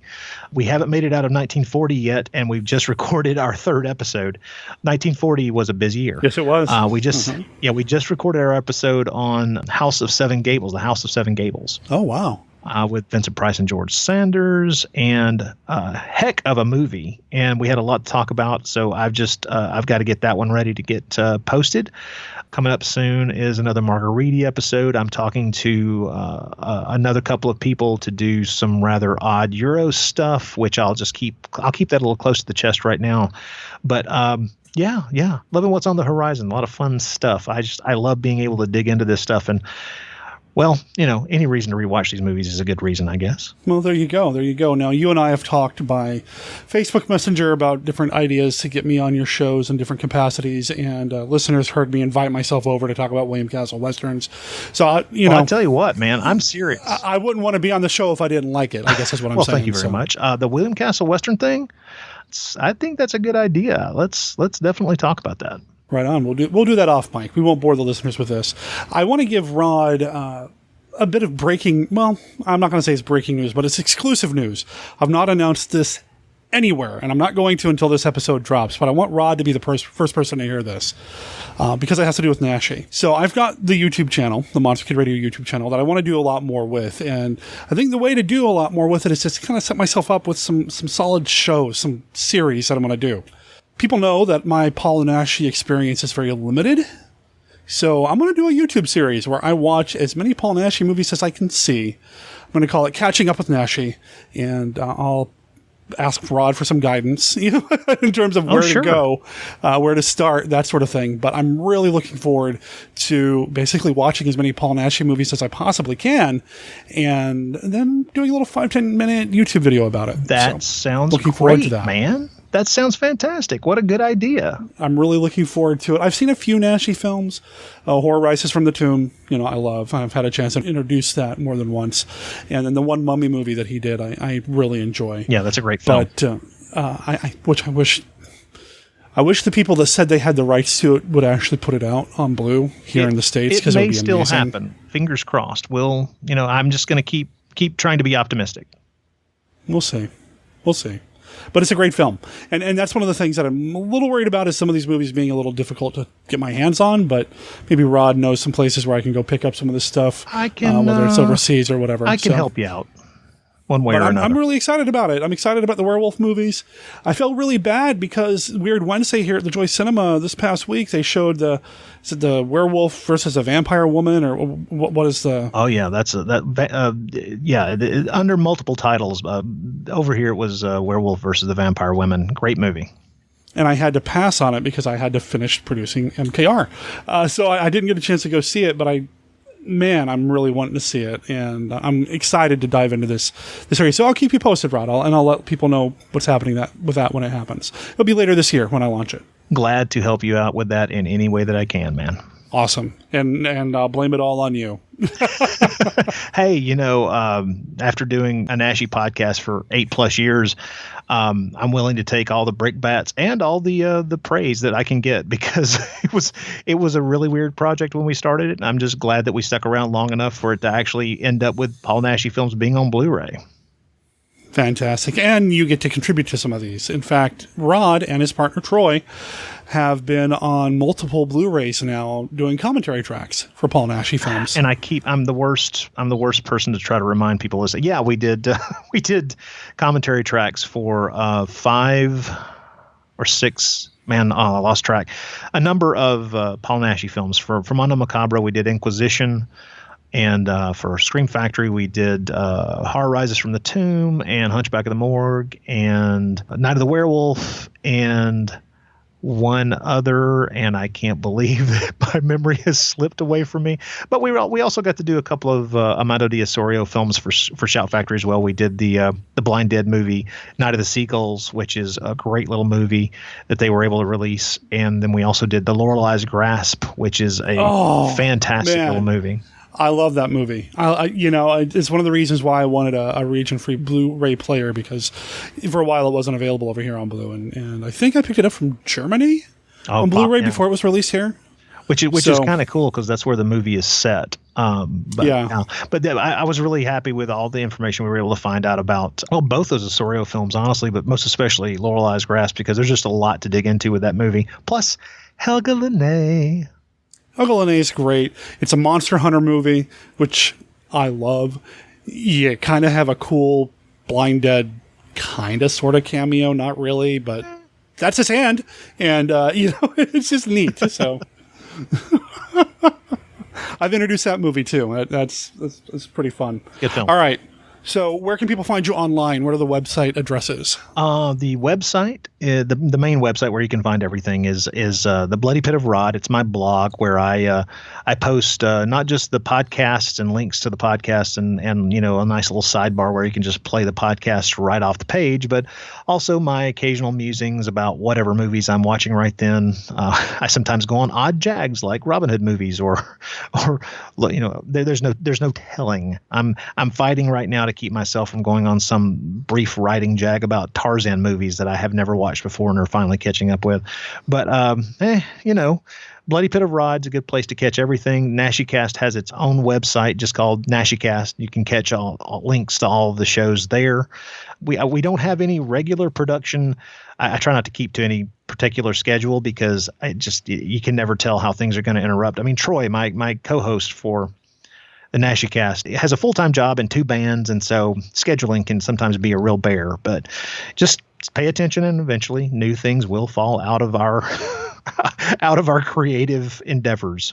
I will make sure there's links in the show notes to all of that, of course, so people can go check out the NaschyCast and the Pit of Rod and the Bloody Pit and all these other things that you're involved with, as well as making sure there's links for people to buy the Blu-ray that I was just talking about, the Nightmare Castle Blu-ray, straight from monsterkidradio.net, and I get like a penny or 2 off of that. So people can pick that stuff up as well. I'm excited to dive into Paul Naschy films, and I'm excited to have you back on the show in the future. I really want to get back to that science fiction set, the Gamma 1 films. Really want to get into those and anything else we can think of. Sure, man. I'd love to have you back on. Thanks. And like I say, anytime you need me, just let me know. Sounds good. Thanks again, Rod. Thanks, man. Talk to you soon. Rod Barnett, my man. Thank you for being part of the show this week. It was awesome to run into you at Monster Bash. I was so happy to sit down and record with you and to have you come back on the show so soon. We didn't wait like over a year to have you on the show again. That was awesome too. And to talk about this movie, Dance Macabre or Castle of Blood or whatever the heck the Italians are calling it. You know what? I really enjoyed this film. I know we go all over the place. We go all over the map in this conversation. But I had a good time. Sounds like you had a good time. And I'm hoping the listeners had a good time. And listeners, if you want more Rod Barnett in your life, and why wouldn't you? You want to head over to his various websites. rodbarnett68.podbean.com will get you to the website for the Bloody Pit. NaschyCast.blogspot.com will get you to the website for the NaschyCast. And pitofrod.blogspot.com will get you to the Bloody Pit of Rod. Go check all of those sites out. And of course, there will be a link in the show notes for all of this. I can't wait to crash his podcast when we talk about those William Castle Westerns. I still don't know if I was smooth or not the way I invited it myself onto his show, but I'm looking forward to it. And of course, I'm looking forward to having Rod come back on the show to talk about War of the Planets. And then next year, during Edgar August Poe month, when I have him on to talk about Web of the Spider. Thanks again, Rod. When modern Navy scientists defy the unknown mysteries of the past, perpetuated by centuries of native belief, then nature strikes in all its vengeance in Varan, the unbelievable. For generations, the legend was passed on. They said Varan was there, deep in the still waters. They said, let Varan sleep. That lake water's going to be contaminated after we finish the tests. It'll probably affect the fish, too. We just can't take any chances. But those people have depended on their lake for their livelihood all their lives, and their parents before them. Anna, now should we be this concerned about a handful of people when we might perfect something that could benefit all mankind? All right, Jim. But the Navy commander would not heed their warning. He moved forward, ever searching, ever probing, deeper and deeper, until it was too late. Varan rose from the depths slowly, unrelentingly, to wreak its vengeance on a civilization that wanted to know too much. Tumultuous, terrifying.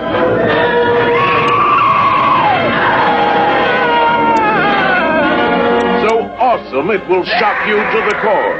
Varan, the unbelievable.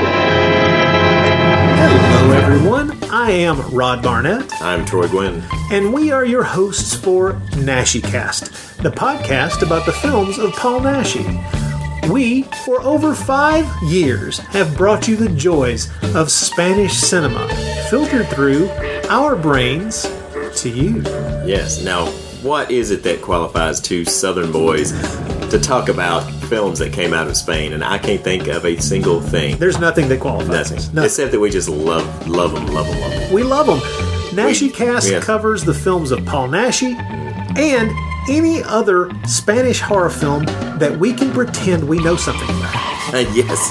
If you love beautiful women wearing incredibly short miniskirts in subarctic temperatures, chased by werewolves in leisure suits. If you love werewolves, vampires, unidentifiable beasts, or crazy people driving women around and talking like a maniac to them. Yes, flying cats, beheadings with axes. Blood that looks like melted crayons. Shambling zombies, yeah. Some of the films that we've covered in the past are Mark of the Werewolf, Howl of the Devil, Vengeance of the Zombies, Horror Rises from the Tomb, Tombs of the Blind Dead, Vampire's Night Orgy. Ooh, yes. Join us on this journey through the golden age of Spanish horror where Paul Naschy, Leon Klimovsky, Jess Franco, Amando D'Osorio take us through a filter Espanol. Join us for the Naschy Cast.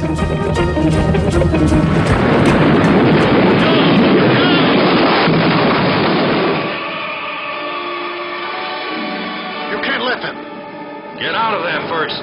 Blast them now. Drop now! You've got to do it! Dad, listen to me! From the remotest reaches of the cosmos, an unknown force is overpowering mankind. I can't get enough buildup. We'll never get off the ground. Count down. 10, 9, 8, 7, 6, 5, 4, 3, 2, 1, fire! The greatest threat in outer space, the war of the planets. You can't stop them. Laser's no good. You can't stop them. They're lights, but they've got shape. They're more than lights. When you have them within, you experience power of mind beyond all comprehension.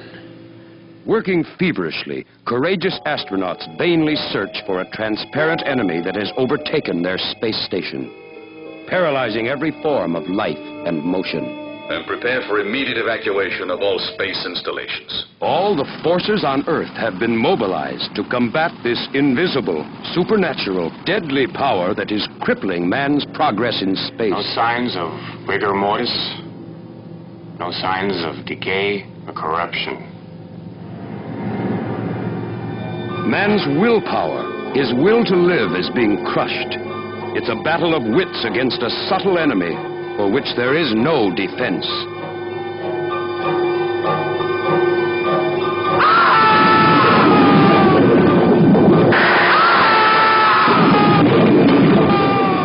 You can't do that. It's not human. You're crazy. You too will be fascinated, awed, gripped, mesmerized, enslaved by the will of the deadly diaphanoids. What is it you want? Friendship. I know how to deal with them. General, I'm going to call radiation control. Wait, Mike. Let's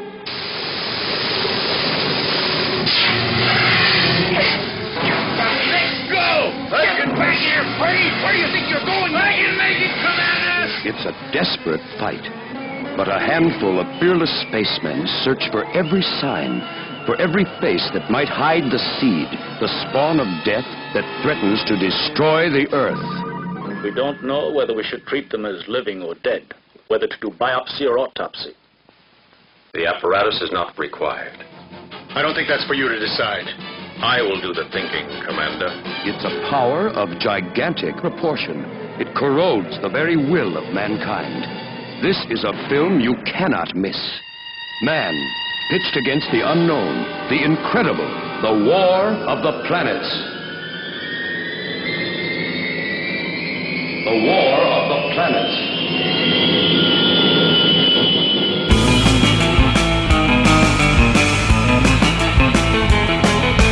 So that brings us to the end of the episode this time around. There is no feedback. I do have a voicemail, and I'm going to sit on it until probably next time. And I say probably, well, I'll get to that here in a second, but I'll probably get to that next time. No Brenda this week. And the reason for that is we actually have family visiting from out of town. There was some health stuff going on, and Brenda's fine, but, you know, just kind of threw our lives into a slightly different schedule than we normally have during the week. And then with the haze in the air and Brenda's inflammation acting up with the rheumatoid arthritis and some extra stress involved with something coming up with me, well, she's just not available to record the feedback, and that's okay. We'll have her next week. But we do have a voicemail sitting here from Todd Brown from the Haunted Cinema that I'm eager to share with everybody, and we'll do that. And if you have some feedback you want to send in for the show, either about this episode, any previous episode of Monster Kid Radio, or anything coming up that you want to talk about, a local event, a convention, a screening that you're going to, call in. Leave us a voicemail at 503-479-5657.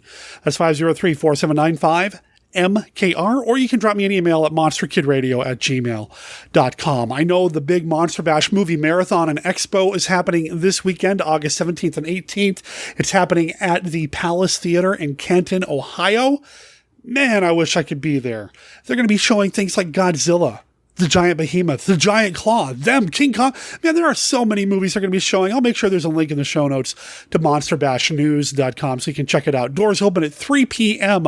on Friday. There will be vendors, including That's Terrific, so make sure you drop by and say hey to them. I know Steve Turek's going to be at the event as well, so let him know that Derek said hi. And if anybody wants to call in from that event, I'd love to include you in the mix on a future episode of Monster Kid Radio. Of course, our contact information is available over on our website, where you can also find links to our Facebook page, our Facebook group, and our Twitter account. And if you're a podcaster and you want to include a promo for Monster Kid Radio in one of your shows, there's a place for you to download a Monster Kid Radio promo as well. And the Patreon page is currently in a state of flux, but we have a link to our Patreon page so you can become a patron of Monster Kid Radio. I really need to put a link to our YouTube channel there too, shouldn't I? I wonder if I can get that done before this episode goes out. Probably not, but we do have a YouTube page as well. Just look up Monster Kid Radio over on YouTube, because that's where we're going to be running the Catching Up with Paul Naschy web series. I'm going to put out the introductory video. Well, actually, as soon as this episode goes out, it's available, so you should be able to see that there. And it's just kind of breaking down a little bit more in detail what I plan on doing with the Paul Naschy thing. I'm really looking forward to getting into those movies and beginning that journey. And I'm going to have some extra time to do that, because I imagine I'm going to have some extra bed rest coming up, because this Friday, they're opening up my nose like the hood of a car. I have a deviated septum and collapsing nasal valves, and I've talked about this on the show before and on Facebook pretty openly. I have to have that corrected, and it's been a challenge because since I was separated from my job, my health insurance situation kind of went screwy. So there's that aforementioned stress that's kind of settled itself here at the Monster Kid Radio headquarters. It's happening on Friday. It's probably an outpatient procedure, but because I have sleep apnea, they want to make sure there aren't any complications there. So they may try to keep me overnight. I really don't want to stay overnight, but if something's going to happen, I suppose staying overnight is the best option, because I'll actually be where people can help me. I can't imagine anything's going to go wrong. But yeah, they're going to go in and fix the deviated septum and the collapsing nasal valves with cartilage that they're going to harvest from my right ear. Yeah. That'll be fun. And twice now, the surgeon has said they're going to open my nose like the hood of a car so he can really get in there and see what he's doing, which is a slightly better analogy than the first doctor I saw, who said my nose was like a meat sandwich that just had too much meat inside. So they're going to open that up, scoop out some of the meat, and put it back together again. I don't even know where that analogy comes from. The hood of the car thing, I get. The meat sandwich? What? Anyway, I imagine I'm going to have some recovery time, which will involve me laying on the bed in the bedroom with my Roku running. Going to watch some Paul Naschy films and who knows what else. Although I'm really hoping that it doesn't sideline me too much, because next week, oh man, one of my favorite films I want to talk about here on Monster Kid Radio as part of Edgar August Poe month, the Bela Lugosi film Murders in the Rue Morgue. We're going to be talking about that movie with the man behind the X Meets Y podcast, Jonathan Inbody. That is going to be a blast. I can't talk about Bela Lugosi enough here on the show. So to talk about this film, which, you know, over the years, I feel like it's starting to finally get the attention and respect it deserves, but for a long time it was underrated, and maybe it still is. Come back next week to find out why it shouldn't be when we talk about that film here on the show. That does bring us to the end of the podcast. So before I sign off, I want to thank everybody for listening. Again, thank you for being part of the Monster Kid Radio audience, the experience for me, and for all of your support over the years, whether it's retweeting tweets, sharing Facebook posts when I announce a new episode's come out. pledging to the Patreon campaign, giving us an honest review in the iTunes store, or just touching base and saying, hey, I'm listening and I'm enjoying the show. I appreciate it. I really do. It means a lot to me to have you guys and gals there. I talk a lot about how this show has really helped me find my tribe, and I mean that. Man, I know I've been a monster kid pretty much from the jump. As soon as I discovered monsters in the grade school, man, I was hooked. But it wasn't really until I started reaching out and meeting people online the way that I am now that I really felt like who I'm supposed to be. So thank you for that. I really appreciate it, guys and gals, from the bottom of my monster heart. Also, before I sign off, I just want to give a shout out or my condolences, really, to the friends and family of Wes Shank. Wes Shank is somebody who had gone to Monster Bash quite a bit. I had met him the one time at this last Monster Bash and spent a few minutes with him, and he was a really sweet, really nice guy. He is the caretaker of the original Blob. He has a bucket of what remains of the Blob from the original movie, The Blob. And it's a gooey, red, kind of smelly, but not quite mess. But he's got in a bucket. He's got a light that you can shine in it, and you can take a picture with it. And I did. You can't really make out the Blob in it, but it's still kind of cool. He was a really nice guy, and I always meant to keep going back to talk to him. And I never did, and I kind of regret that because this past week, Wes passed away. It was an accident, completely unexpected, and he's gone. So again, anybody who knew Wes, my condolences. He brought a lot of joy to a lot of us monster kids. So thank you, Wes. Rest in peace. Dave! Doc Hallen's been killed. Doc Hallen? What happened? It's over at his place. You gotta come now. Oh, wait a minute, Steve. Tell us what happened. Well, I'm trying to tell you. Now, this thing had killed the doc. Well, what was it? Stop with it, kid. But it's kind of like a mass that keeps getting bigger and bigger.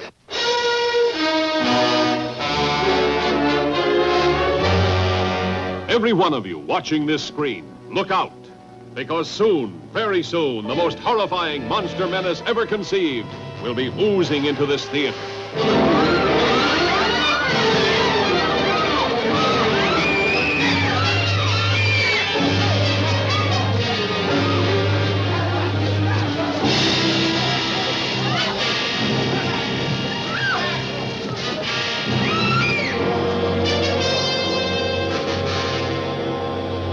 Two teenagers see it first, like a falling star from outer space. Boy, that was close. Hey, come on. I want to see if I can find it. An old man finds it, touches it, and this is the shocking result. From then on, there's no stopping the Blob as it spreads from town to town.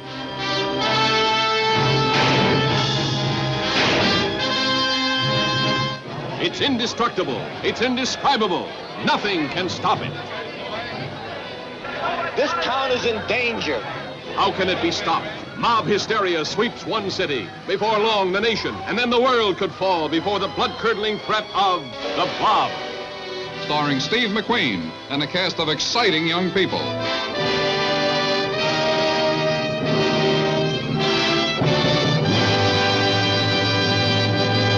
Monster Kid Radio is a registered service mark of Monster Kid Radio, LLC. All original content of Monster Kid Radio by Monster Kid Radio, LLC is licensed under a Creative Commons Attribution, Non-Commercial, No Derivatives 3.0 Unported license. Of course, that doesn't apply to the song Acthung Lab. That belongs to the band Los Javelin. It's from their album Cocktail Caracas, which you can find through Green Cookie Records at greencookierecords.bandcamp.com.